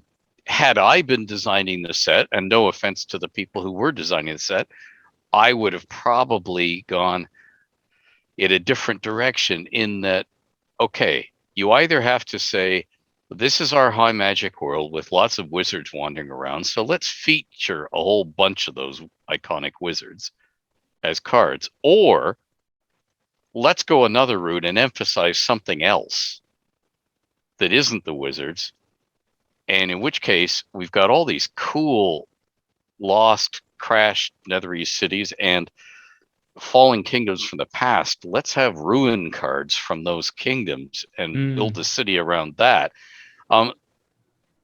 Rather than what I have seen so far, which looks cool but more generic D&D so far from what I've seen.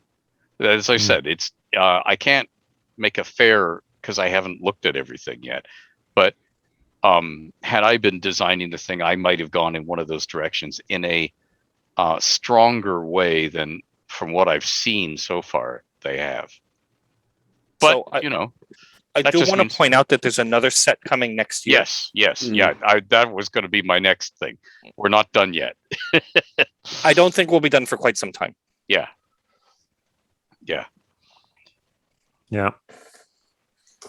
I'm still hoping for, black and white paladin named Kalen Dren. Anyway, but yeah, well, you see, that's the thing.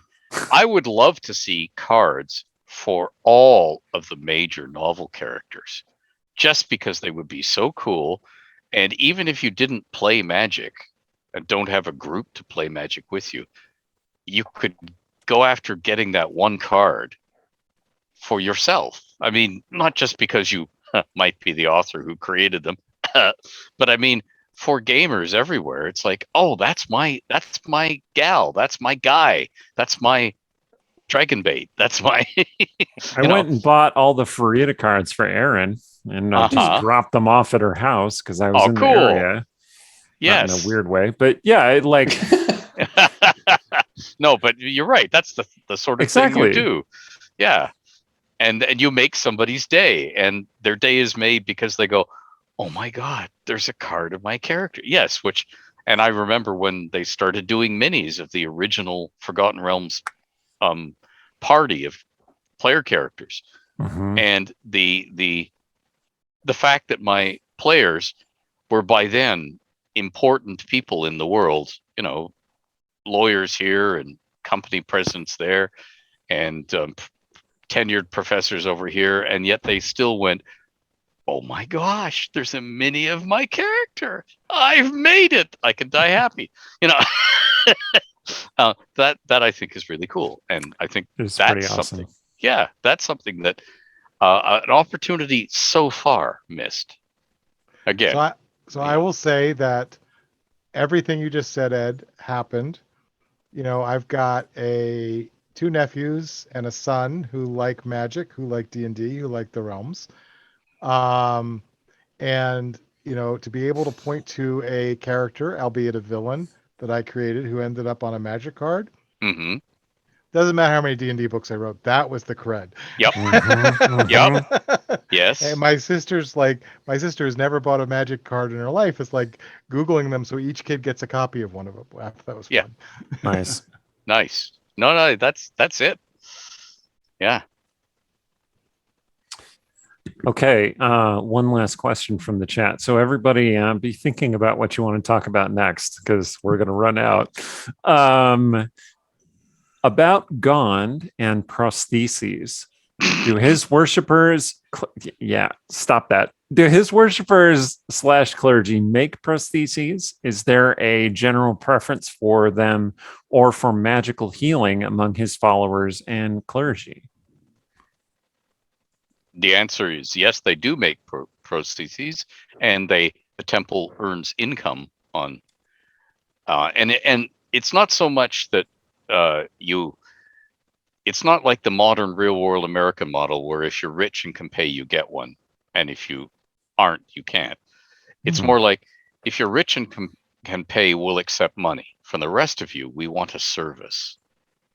The temple will tell you what the service is, and it's usually something small, but necessary or advantageous for the faith at the time. It's go and do this little thing, and it's this little thing where an average person who is not an adventurer would go, but is that all? But it is important to the faith at the time. So you have people who are non-adventurers doing little things in return for. Now, you could say, well, why don't they just heal them? Well, first of all, unlike the impression the game gives us, magic isn't infinite and free and all flowing, number one. And number two, if you do it this way, you keep the person beholden to the faith. Because if anything goes wrong with your prosthesis, or you outgrow it and your stump hurts or whatever, if it's that sort of prosthesis, you have one place and one place only to go back to. Interesting. Over the last couple of years, there's been a large cultural conversation around gaming and disability. and how common it would be in a game setting like the Realms or another IP for people to be walking around with prosthetic limbs or And I can tell rolling you it around would in be- wheelchairs. And Yeah. it seems like it would be pretty common. Yes, from the very beginning of the Realms, again, long before there was a D&D game and long before I was writing it for anybody but me, that was baked into it.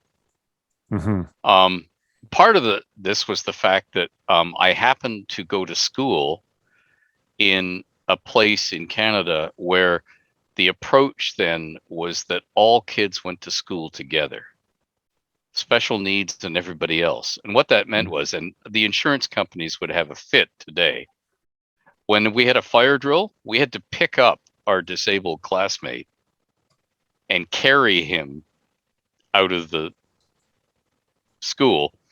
And if the wheelchair was too heavy for us, we were supposed to leave the wheelchair behind and just carry him bodily down the stairs, all of us kids, dropping him on his head innumerable times, which is why I say the insurance companies would have a fit. But the whole point was we were all in this together. We were a community. And the intent was that we grew up with people who are different from us, both culturally and physically. We were comfortable with it. We had to help them. Like if you had a guy who needed a huge magnifier, which in those days, by the way, folks, was a magnifying glass like Sherlock Holmes. If he needed that to read every word of his book, one of the students, and it was a rotating duties, was deputized to sit beside him to make sure he read every word and understood it. And if the teacher was going too fast, to stop it. So, I mean, that was normal for me. And I put that into the Realms. It was, in the same way that woman in positions of power was normal for me because I happened to grow up in a wealthy suburb where it was full of company CEOs and vice presidents and so on. And some of them were branch plant, international corporations who just had a Canadian arm, but they all lived there. And because I happened to go to the library because I was a book nerd and later on worked in libraries where, guess what? Everybody was female in all the positions of power. So that was just normal to me. So I put it in the Realms. And the same thing, disabled people in the Realms were always part of things because I figured there'd be lots of them for various reasons, including all these wars. You'd go out and hack at each other with things that have bladed weapons. And so I just figured that was part of it. So they've been in the Realms since the very beginning. And before it was a D&D thing. It's baked into it. Yeah. And I mean, even if one isn't to just take your word for it, you can see the paper trail and how many ramps there are in dungeons. I'm just saying. Yeah. Yes, exactly. It is much more cost effective to build a ramp than to cut out each and every step in the stairs, Oh, yes. Sure. Especially since some of the beings making the dungeon may have a number of legs other than two. Right. Yeah. Whether that's more or fewer or none at all. Yeah, exactly. But I also wanted to point out, because something that,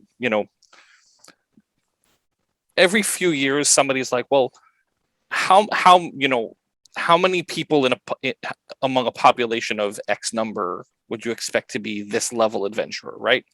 So the regenerate spell you have to be 13th level to cast. It's a 7th level spell. And most estimates require a population of 1 million or more to get one 13th level adventurer out of them.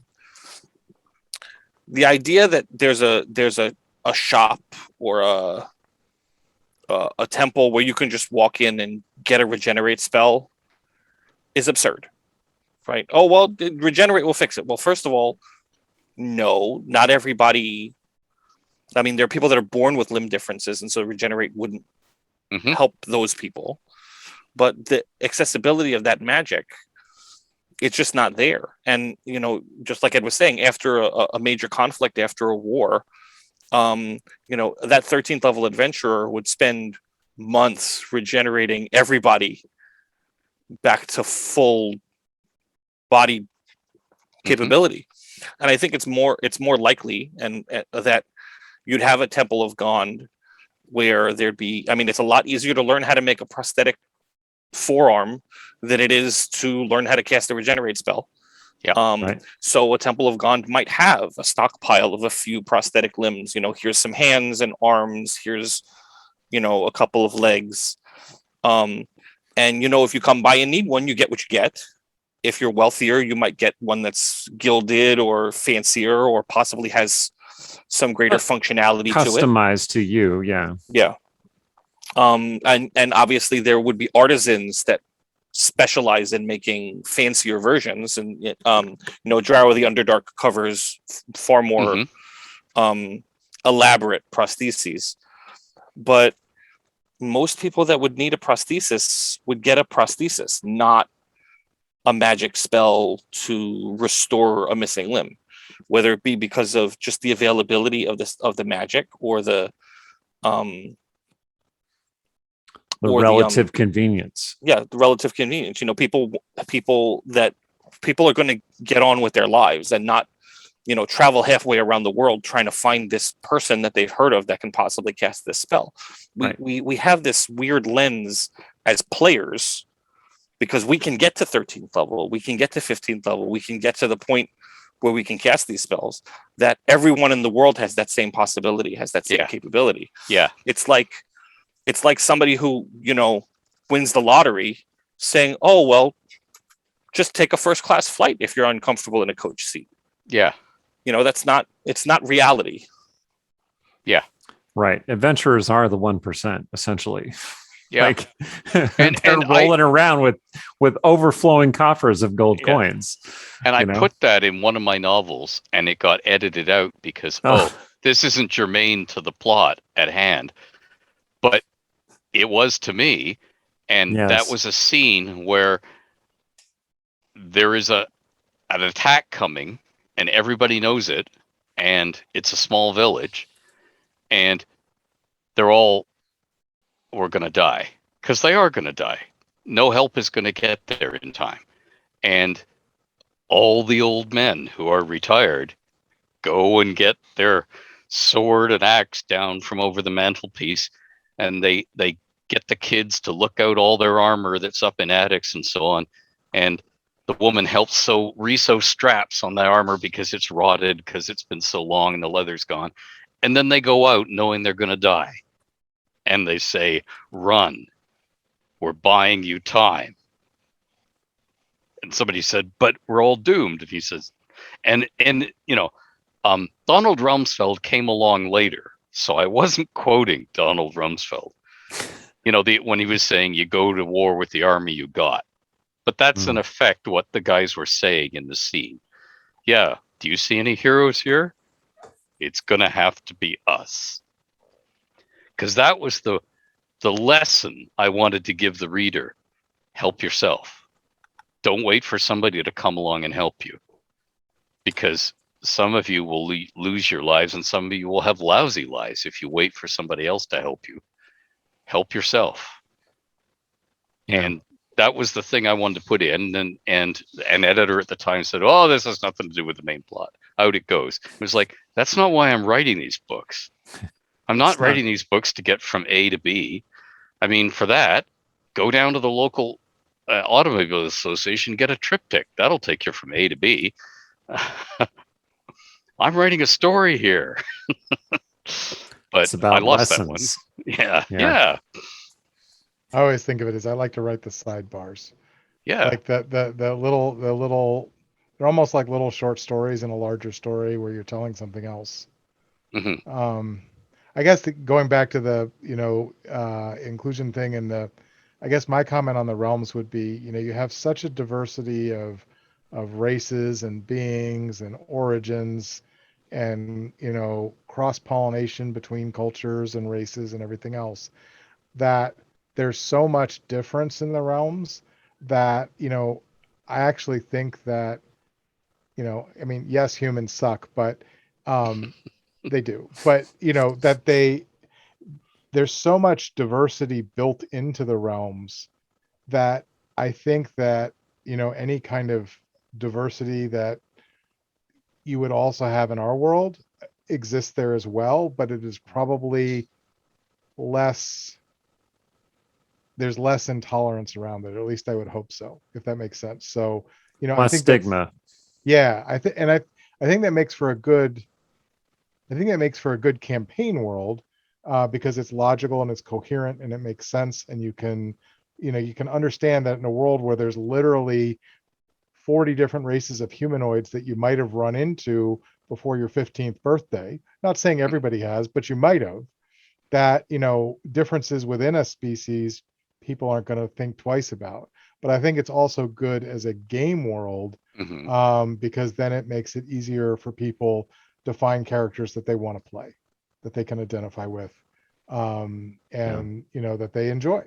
And both of those things are good. I mean, the whole point of having a big sprawling shared campaign setting is so we can tell tons of stories, and some of those stories aren't ones that I would ever think up, but that doesn't mean they're any less legitimate. And it's the diversity of stories that makes it fun.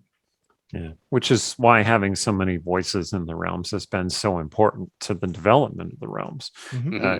Ed has a big, expansive imagination that most of us can only dream of, but he can only do so much. It's got to be a lot of different people creating a lot. And Jeff is making hand signs, and I think they're hand signs of agreement. and the other thing is, when you create the realms and you're the sole creator of the realms, the one thing the realms can never do is surprise you, because every single thing in it you put there. So when you let everybody else have a go at, in quote, your world, and it's not your world anymore, it's everybody's world, then for the first time, your creation can surprise you. I mean, someone tweeted today about their forthcoming Mythic Encounters Dragons product on DM's Guild. And it was a beautiful write-up, a 2-page spread of a dragon I created years ago in Dragon Magazine. Now I get to be surprised by my own creation for the first time. That's wonderful. And I couldn't do it if I was like, it's just me. So, I mean, yeah, that's the beauty of it being shared. Only Dr. Frankenstein gets to be surprised by his own creation. Nice. Yeah. And also, yeah, there are things that stories I would never have told. And the other thing is, and this is the reason why the realms developed as it did once it got into TSR's hands, they were acutely aware of the creator's bottleneck. Gary Gygax was the bottleneck for Greyhawk, because he couldn't run a company that was expanding it like a mushroom in all directions and write the game rules and bring out Greyhawk that all the fans were waiting for. There was only one of them. There needed to be at least 3, arguably 5, to do it. And he was the bottleneck. And then followed that with Dragonlance. And Dragonlance was everybody in the company designing like fury for 2 years before they could bring any products out. A bottleneck. So they were bound and determined when the realms came along and they bought this world from this crazy guy up in Canada. The crazy guy in Canada was not going to become a bottleneck because they'd already seen that problem and they didn't want to have it. So everybody, and that's why you saw Spellfire, because they said, show us the realms. Do a travelogue novel that shows us the realms. Okay. And then you didn't see another Red Greenwood novel for another 7 or 8 years because I was so busy doing game products, doing this real estate and then that real estate, because I realized I've got to get all this out there before they call a halt to it. And they stopped letting me carpet bomb the planet. And that happened sooner than I wanted, because I was, but we haven't gone here yet. Yeah, they want another Waterdeep product. No, but I haven't shown you this yet. Never mind. And, oh no, it started. Well, I apologize wholeheartedly, Ed, for not having been born 10 years earlier so that I could... Nice. So that I could cover Cormier for you. I would have loved that. But of course, on the other hand, a little bit of me would have said, hey, I wanted to do Cormier. Because after Shadowdale and Waterdeep, that was my next fave. So, but yeah, that's the problem. You'd still be waiting if it was all just me. And that was the other thing. TSR wanted, if this world took fire, if it became popular, they wanted to be able to ride it hard and fast and put out tons of products. and not be waiting for. And I'm going through that right now. I'm working with another gentleman on his own game, the Fate of the Norns Viking game, and I'm doing one box set for him, which is a city, and it is taken me over a year already just to do the city blocks I've done so far. It's going to take forever. It is time intensive to do it properly, and I would therefore be the bottleneck if it was the whole world.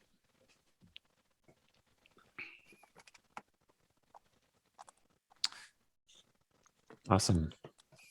I was going to say one thing about that topic, but we just kind of moved along. So what I was going to say is that another reason that disabled people might use prosthetics rather than seek out healing magic is that, well, that might just be their bodies and what they want to do, right? And their bodies are perfectly fine the way they are. If that's how they live their lives, great. And they have options, is what I'm saying. And some people aren't disabled because they were injured. They might be disabled from a crippling disease that they had from when they were born, or a curse, right? And they might not have a stump to attach a prosthetic arm to, but they might find other things to do. And the realms allows for all of that. All those things are here and embraced and not stigmatized. So yeah. And there's another thing, I think too. that's cool. In our real world, there are people who don't go to the doctor because they don't want to burden their family with the financial cost. Yeah. Particularly if they're elderly. They think, no, I'm not going to put you in the poorhouse. I'm going to be dead anyway in a few years. I'll just live with this. Get me something for the pain. Pass me that bottle of whiskey, or whatever. And they do that. And I could see that happening in the realms too. The subsistence level farmer is going to say, no, you're not going to sell the cow. I will put up with this. I've done it before. I can go on doing it. You're not selling the cow, and those sort of moral choices are what makes a story interesting, what makes a setting interesting, and it's an adventure opportunity. If your concept of adventure isn't simply hack and slash. So yeah, that's another thing. Mm-hmm.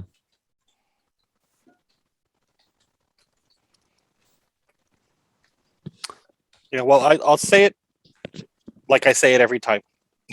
Every time I talk about the realms, and I'll probably say it tomorrow night too. The realms, people should recognize in the realms the same diversity of human existence that we see in the real world. Absolutely. And if there's something that's missing in the realms, it's because someone has decided intentionally to exclude it.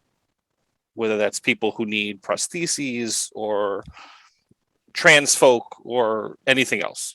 If it exists in the real world, it exists in the realms. And it exists among multiple peoples, not just humans, because there's dwarves and gnomes, and I'm sorry, Eric, there are in fact There's gnomes. no sorry. and elves and all other kinds of peoples as well. And so it's really easy to take kind of macro generalized view of existence in the realms and kind of wash away some of the things that some people might think are unpleasant truths about the diversity of human existence, but that diversity of human existence is a real thing, and it's a real thing in the realms as well. Yes, absolutely. Well said. Well, let's see if there are more questions in the chat. Jeff, you still alive? Yeah. Yeah, sorry. Yeah, I'm still alive. Is that an ish? It's an ish. Ish. I keep getting it connected on this end, and then it loses the connection between OBS and Twitch, and so. Well, the YouTube version is going to be epic. It's going to be epic. It's going to be epic. I may leave in all this crap just to show them that we were trying. Thanks, Jeff. Thanks.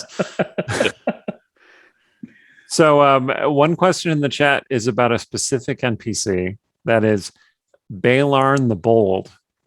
Balarn the Bold. Mm-hmm.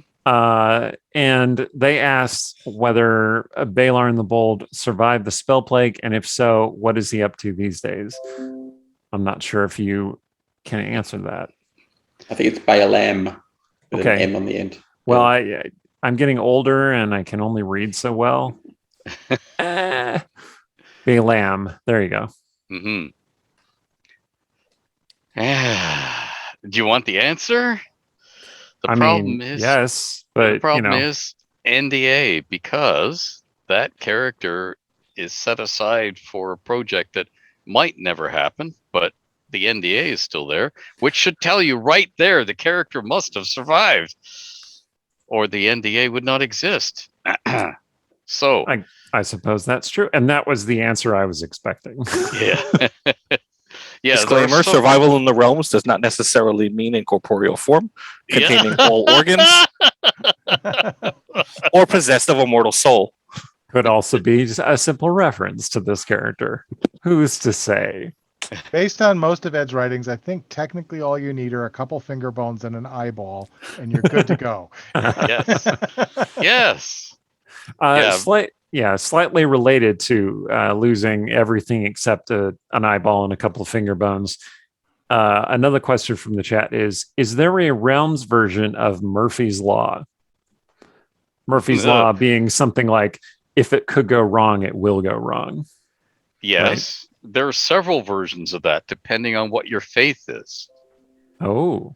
Because some of the popular ones invoke Bashaba. It's Bashaba's will, damn it, or the equivalent of that. Bashaba's kiss, Bashaba piss on your luck. Yeah, exactly. Depending on how you feel, and remember, in the realms, everybody believes in all the gods, and they may worship all gods in one way or form. Like, please don't hit me, that sort of worship, as opposed to a wholehearted devotion. It may just be, please don't screw up this time. Don't let me be robbed on this journey. Don't let the ship sink. It could be something. And depending on where you come down on that, there are different sayings. And the generalized one is, well, the gods will be done, meaning it always happens this way. If it's going to screw up, it's going to screw up. There's nothing we can do. Depending, again, are you fatalistic or not? So there are various versions of that. But yes, the thinking is definitely there. Gotcha. Well, that seems to be it for questions from the chat. Three Dragon Minimum is lamenting that the Rod of Seven Parts shall remain a secret for now. Oh, well, yeah, I will be back with Three Dragon Minimum soon enough. Excellent. Yeah, I was looking forward to it. Yeah, I see those discussions you have on Twitter periodically, and I think that's real cool. So, well, there is a guy who publishes all your Twitter stuff on Facebook. Is there? Yeah. Who could that be? No, I really don't know who it is. It's you mean it's not you, Jeff? No, it's not me. I don't know who it is. One of the sage advice people. It's not sage advice either. It's somebody that I've never seen before, and he reprints all your excellent answers something. He puts it back right on Facebook. Excellent. Awesome. So nothing hopefully will get lost. I realize I'm saying that with crossed fingers, because Bashaba, right. That's true. And they've started cataloging it on a thread at Candlekeep as well. Lovely. Bashaba likes to make out with everyone. That's my version of Murphy's Law. And then the end of that cycle is then, Ed, I put footnotes in my endless write-ups and histories to your tweets and everything else. So nice. They just it's a big ecosystem. Excellent. I like it. Boy, heavy responsibility time. It really is. I can never die. Oh, good. This means I can never die. An I'm alternative going to to collect that lichdom. pension after all. An alternative to lichdom. You're not Yeah. allowed to die. I have a until you lot of finish things it. that are due. You're not allowed to die until you finish the realms. Oh, oh, That will ensure you're never Yeah. die. my full lichdom. Yeah. That's right. That's right. Oh dear. Well, have we recorded enough for your Sure. purposes, Jeff? Yeah, absolutely. I just feel bad that that this went. I mean, there was no reason for it to go down. It just quit doing it. And every time I bring it up, the OBS, which connects to the Twitch, which connects the video to the Twitch, it just won't play it. It shows. It looks like I'm playing it, but it's not. Are those antlers behind you, Jeff? Antlers. It looks like Bashaba is making out with the back of your head. Par for the course. What are you talking about? What are you talking about? No antlers on this buck. Jeff, one of these days, you and I are going to sit down and figure out what you're doing. Well, in the other room right now, I have a top of the line graphics card, a new box. I'm getting new motherboard in next week. So I've just spent about $1,000 upgrading my computer. So Curry's going to come over and we're going to put it together and see if that'll do it and figure out why. Because, there's no reason why it should be doing what it's doing. No, but also you need to do a test in the middle of the day on a Sunday for 20 minutes just to see if you can. Well, I've done a few. I was doing it before. You saw me. I was putting up old videos from Ed's. I don't mean old videos. You want your capture to go up. Yeah. So whatever you grab, whether it's your Zoom window or whatever you're using for the stream, you want to make sure that that's getting to stream. Yeah, I'm using Twitch Studio, and it's grabbing. Here's the thing: it's grabbing it, but when I go back in to grab it, all my choices disappear except for one, and it's not supposed to do that. So there's some error. I may have to reload Twitch Studio. Twitch Studio not working with Zoom. I did that while I was silent earlier. I was searching all of it. The internet is a wonderful thing. Is it? It's a system of knobs and tubes. Sorry. Too soon, Ed. Too soon. It's the beginning of the semester. That's right. Sorry. Yes, Eric's still recovering from his 10 days of bug lookage.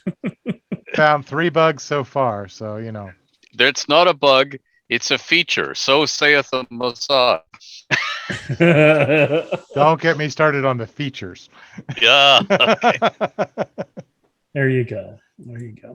And it's funny because apparently it's been popping in and out of working during the chat. So yeah. So what it's doing is when Twitch Studio detects something, it's attempting to reinitiate because you're technically live this whole time, right? So it's finally detecting it. It's saying, okay, I got a signal. And so it's kicking on to go live. And by the time the ad finishes, you're back off. I'm back off again. That's it. Yeah. So it's something with getting Twitch Studio to detect your Zoom. Here, let me show you something here. We'll do our stuff here in just a second. Hold on. Let me, where the heck is it? Here we go. Share screen. I'm just going to do here. Let me show you what I'm talking about here. So when I set this up.